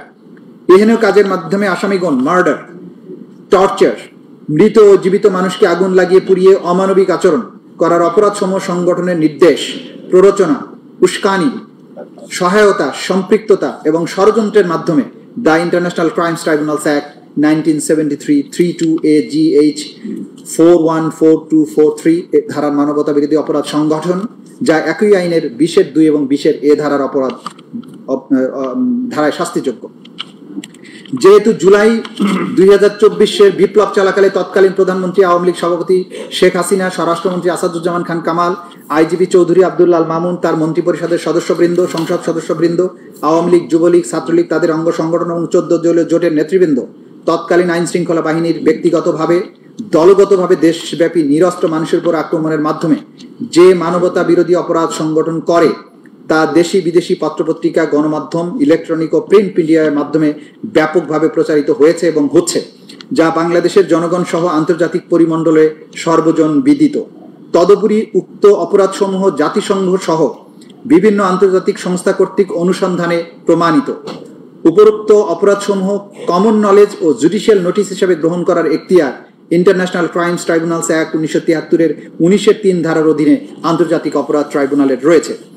যেহেতু আওয়ামী লীগ, যুবলীগ, ছাত্রলীগ সহ তাদের অঙ্গ সংগঠন এবং 14 দলীয় জোট রাজনৈতিক সিদ্ধান্ত নিয়ে নিরীহ নিরস্ত্র ছাত্র জনতার উপরে যে মানবতা বিরোধী অপরাধ সংগঠন করেছে তাদেরকে ক্রিমিনাল অর্গানাইজেশন বা অপরাধী সংগঠন হিসেবে গণ্য করার শামিল।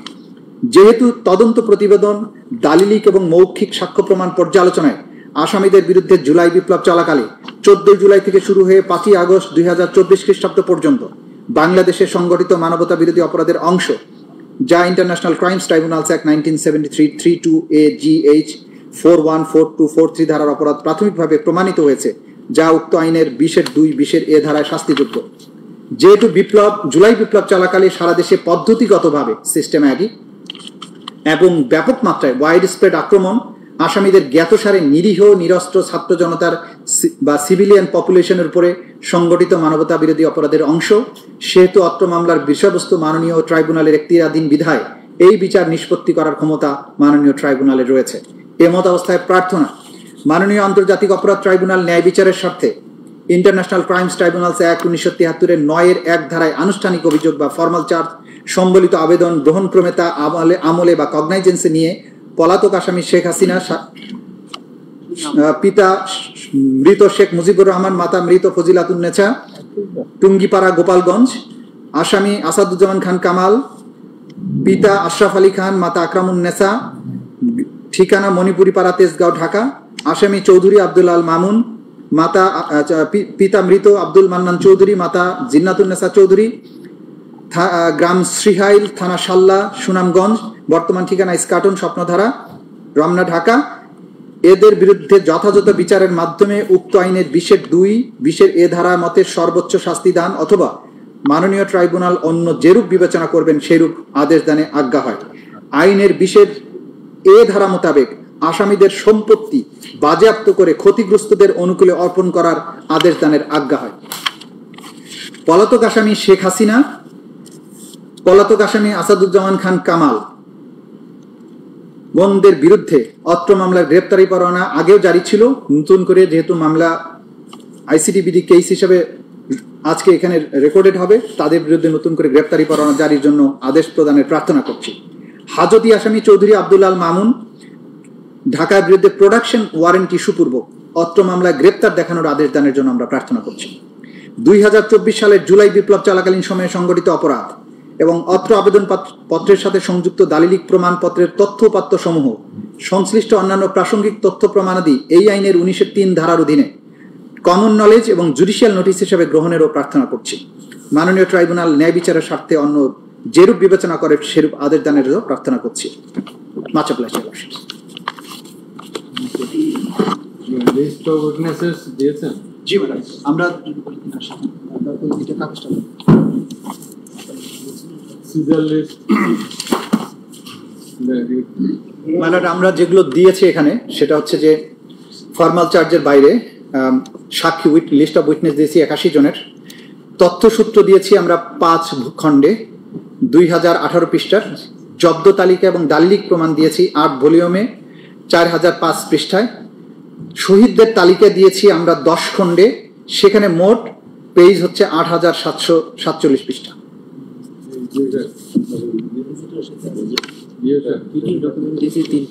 সামারিটা এটা মানে আমি লিখে টাইপ করে দিচ্ছি।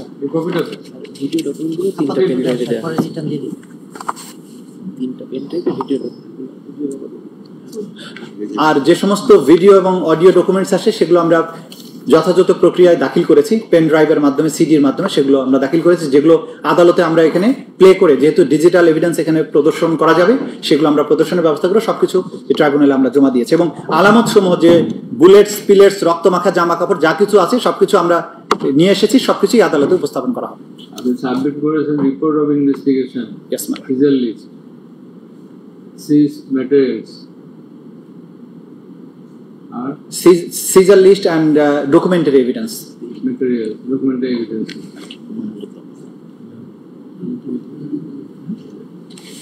Much obliged. Thank you. Delighted Chief Prosecutor submitted formal charge against the accused, namely Sheikh Hasina, former Prime Minister of Bangladesh, accused Asaduzzaman Khan Kamal, former Home Advisor, Home Minister, and accused Abdullah Lamu, former Inspector General of Police. Amongst the accused, all the accused, none of the accused are present in the tribunal, since today is not fixed for their appearance.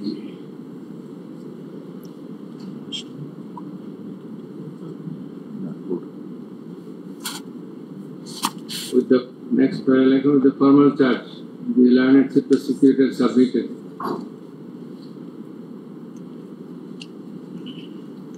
the report of investigation, seized materials and documents, inclusive of the seizure list, not subject to dispute. Statement of witness. And the statement of witnesses.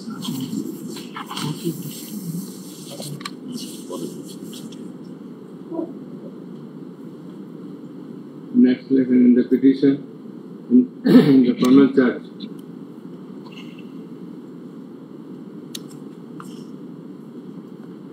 the prosecution narrated in details the historical backgrounds lying behind the July-August movement 2024, and also beyond that, he reminisced the war of 1971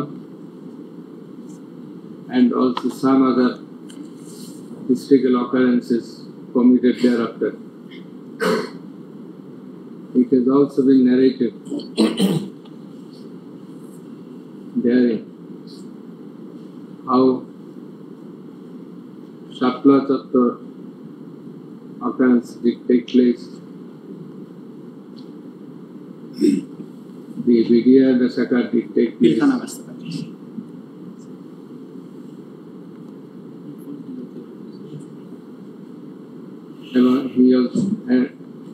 He also narrated other historical criminal activities before and prior to the movement of July-August 2024. The learned chief prosecutor made a threadbare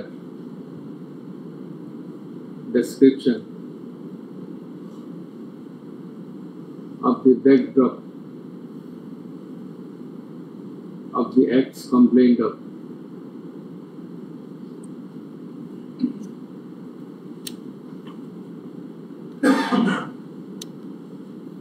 He gave a pen picture in the formal charge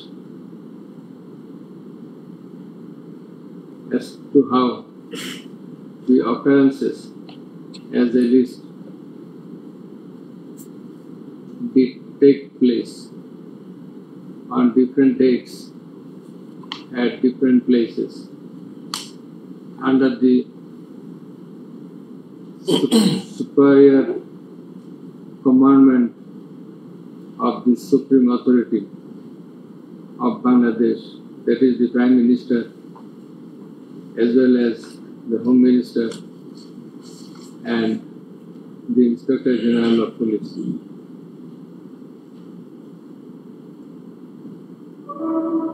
Next, it has been averred in the church as well as in the submission of the learned chief prosecutor how all the occurrences as narrated therein were committed at the instance of the superior authorities of the country.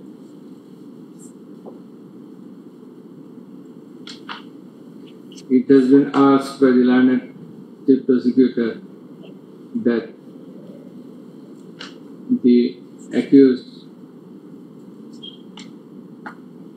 committed offences by participation by their superior commandment, instigation, incitement, abatement,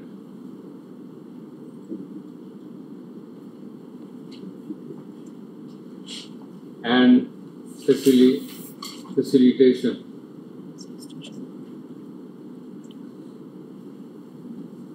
In the formal charge, he brought a number of 5 charges. 5 or 6? Five. Number 5 charges. Categorically narrating how the alleged occurrences within the ambit of the charges did take place. He has illustrated in details the modus operandi of the occurrences and specified how the Supreme Commanders, that is the accused number 1, Sheikh Hasina, number 2, Asaduzzaman and Kamal, and number 3, Abdullah Al-Mamun.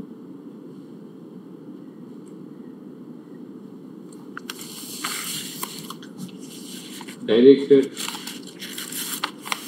the forces, law enforcement agencies, and their party activists to heal the struggling people, particularly the students. It has also been emphatically asserted by the learned chief prosecutor that the accused, particularly accused number 1, directed to use lethal weapons and helicopter and also drone to kill the people in the movement, in consequence of which a good number of people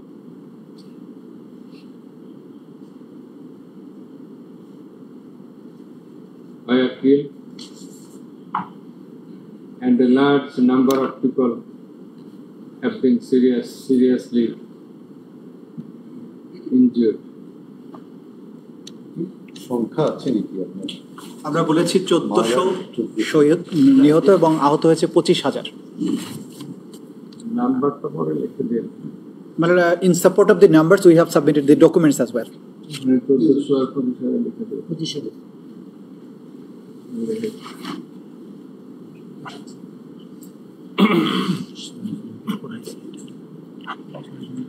It has also been submitted by the land. It has also been stated by the learned chief prosecutor how the investigation of the alleged acts have been carried out, how the tough investigation, how this tough investigation of these alleged acts have been carried out by the investigation agency of the International Crimes Tribunal.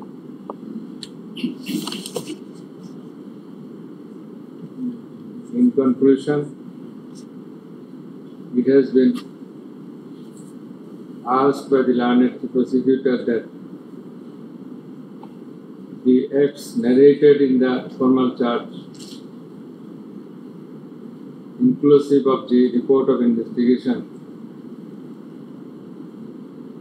ostensibly constituted the offences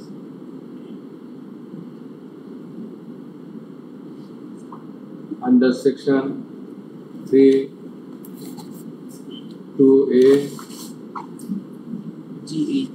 32A, 32G, 32H, 41, 42, 43 of the International Crimes Tribunal in 1973. It has ardently been submitted by the learned chief prosecutor, Pranam Jivan Mr. Tajul Islam, for doing the needful in accordance with the provisions of law, for bringing the accused under legal action by under legal action, police action. Next parallel transpires that accused, amongst the accused,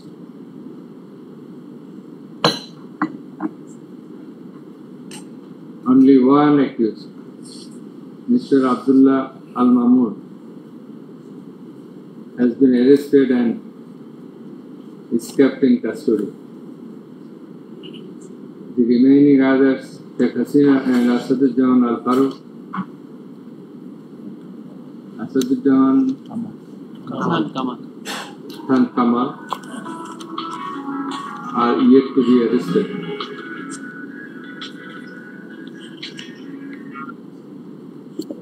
And therefore, warrant of arrest is required to be issued against them.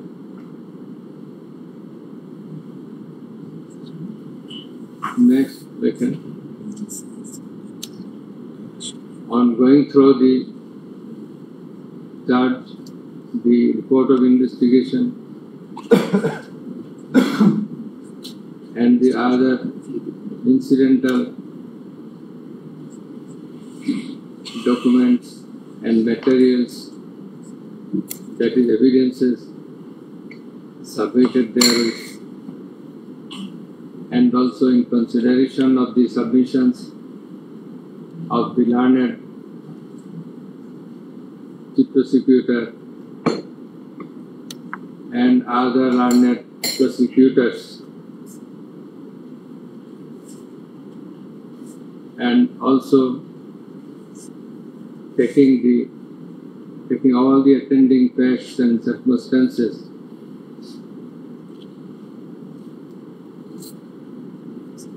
in relation to this matter, would you hold that a prima facie case has been established against the accused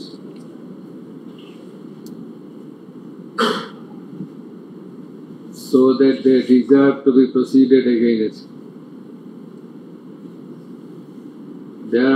Whereupon we do hereby take cognizance of the offences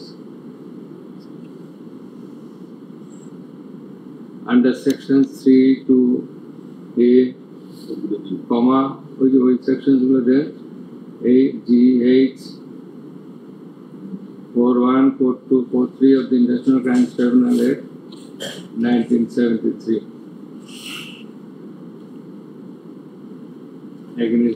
against all the three accused. Full stop. Let the case be registered and numbered as ICTBD case. Next second. Let warrant of arrest be issued afresh against accused Sheikh Hasina and Asaduজ্জামান Khan Kamal, fixing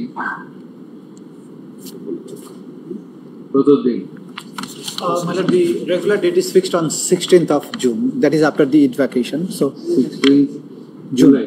June, this month. Fixing 16/6/2025 for execution report, comma, for appearance of the accused, absconding accused, and also for protection of the accused in custody. Yes. Next, let a copy of this order. Let the warrant of arrest, inclusive of a copy of this order, be transmitted to the Inspector General of Police for doing the needful for causing arrest of the accused, absconding accused, for causing arrest of the absconding accused at his end. Next, the registrar will do the needful. Much obliged, Your Worship. Nothing more.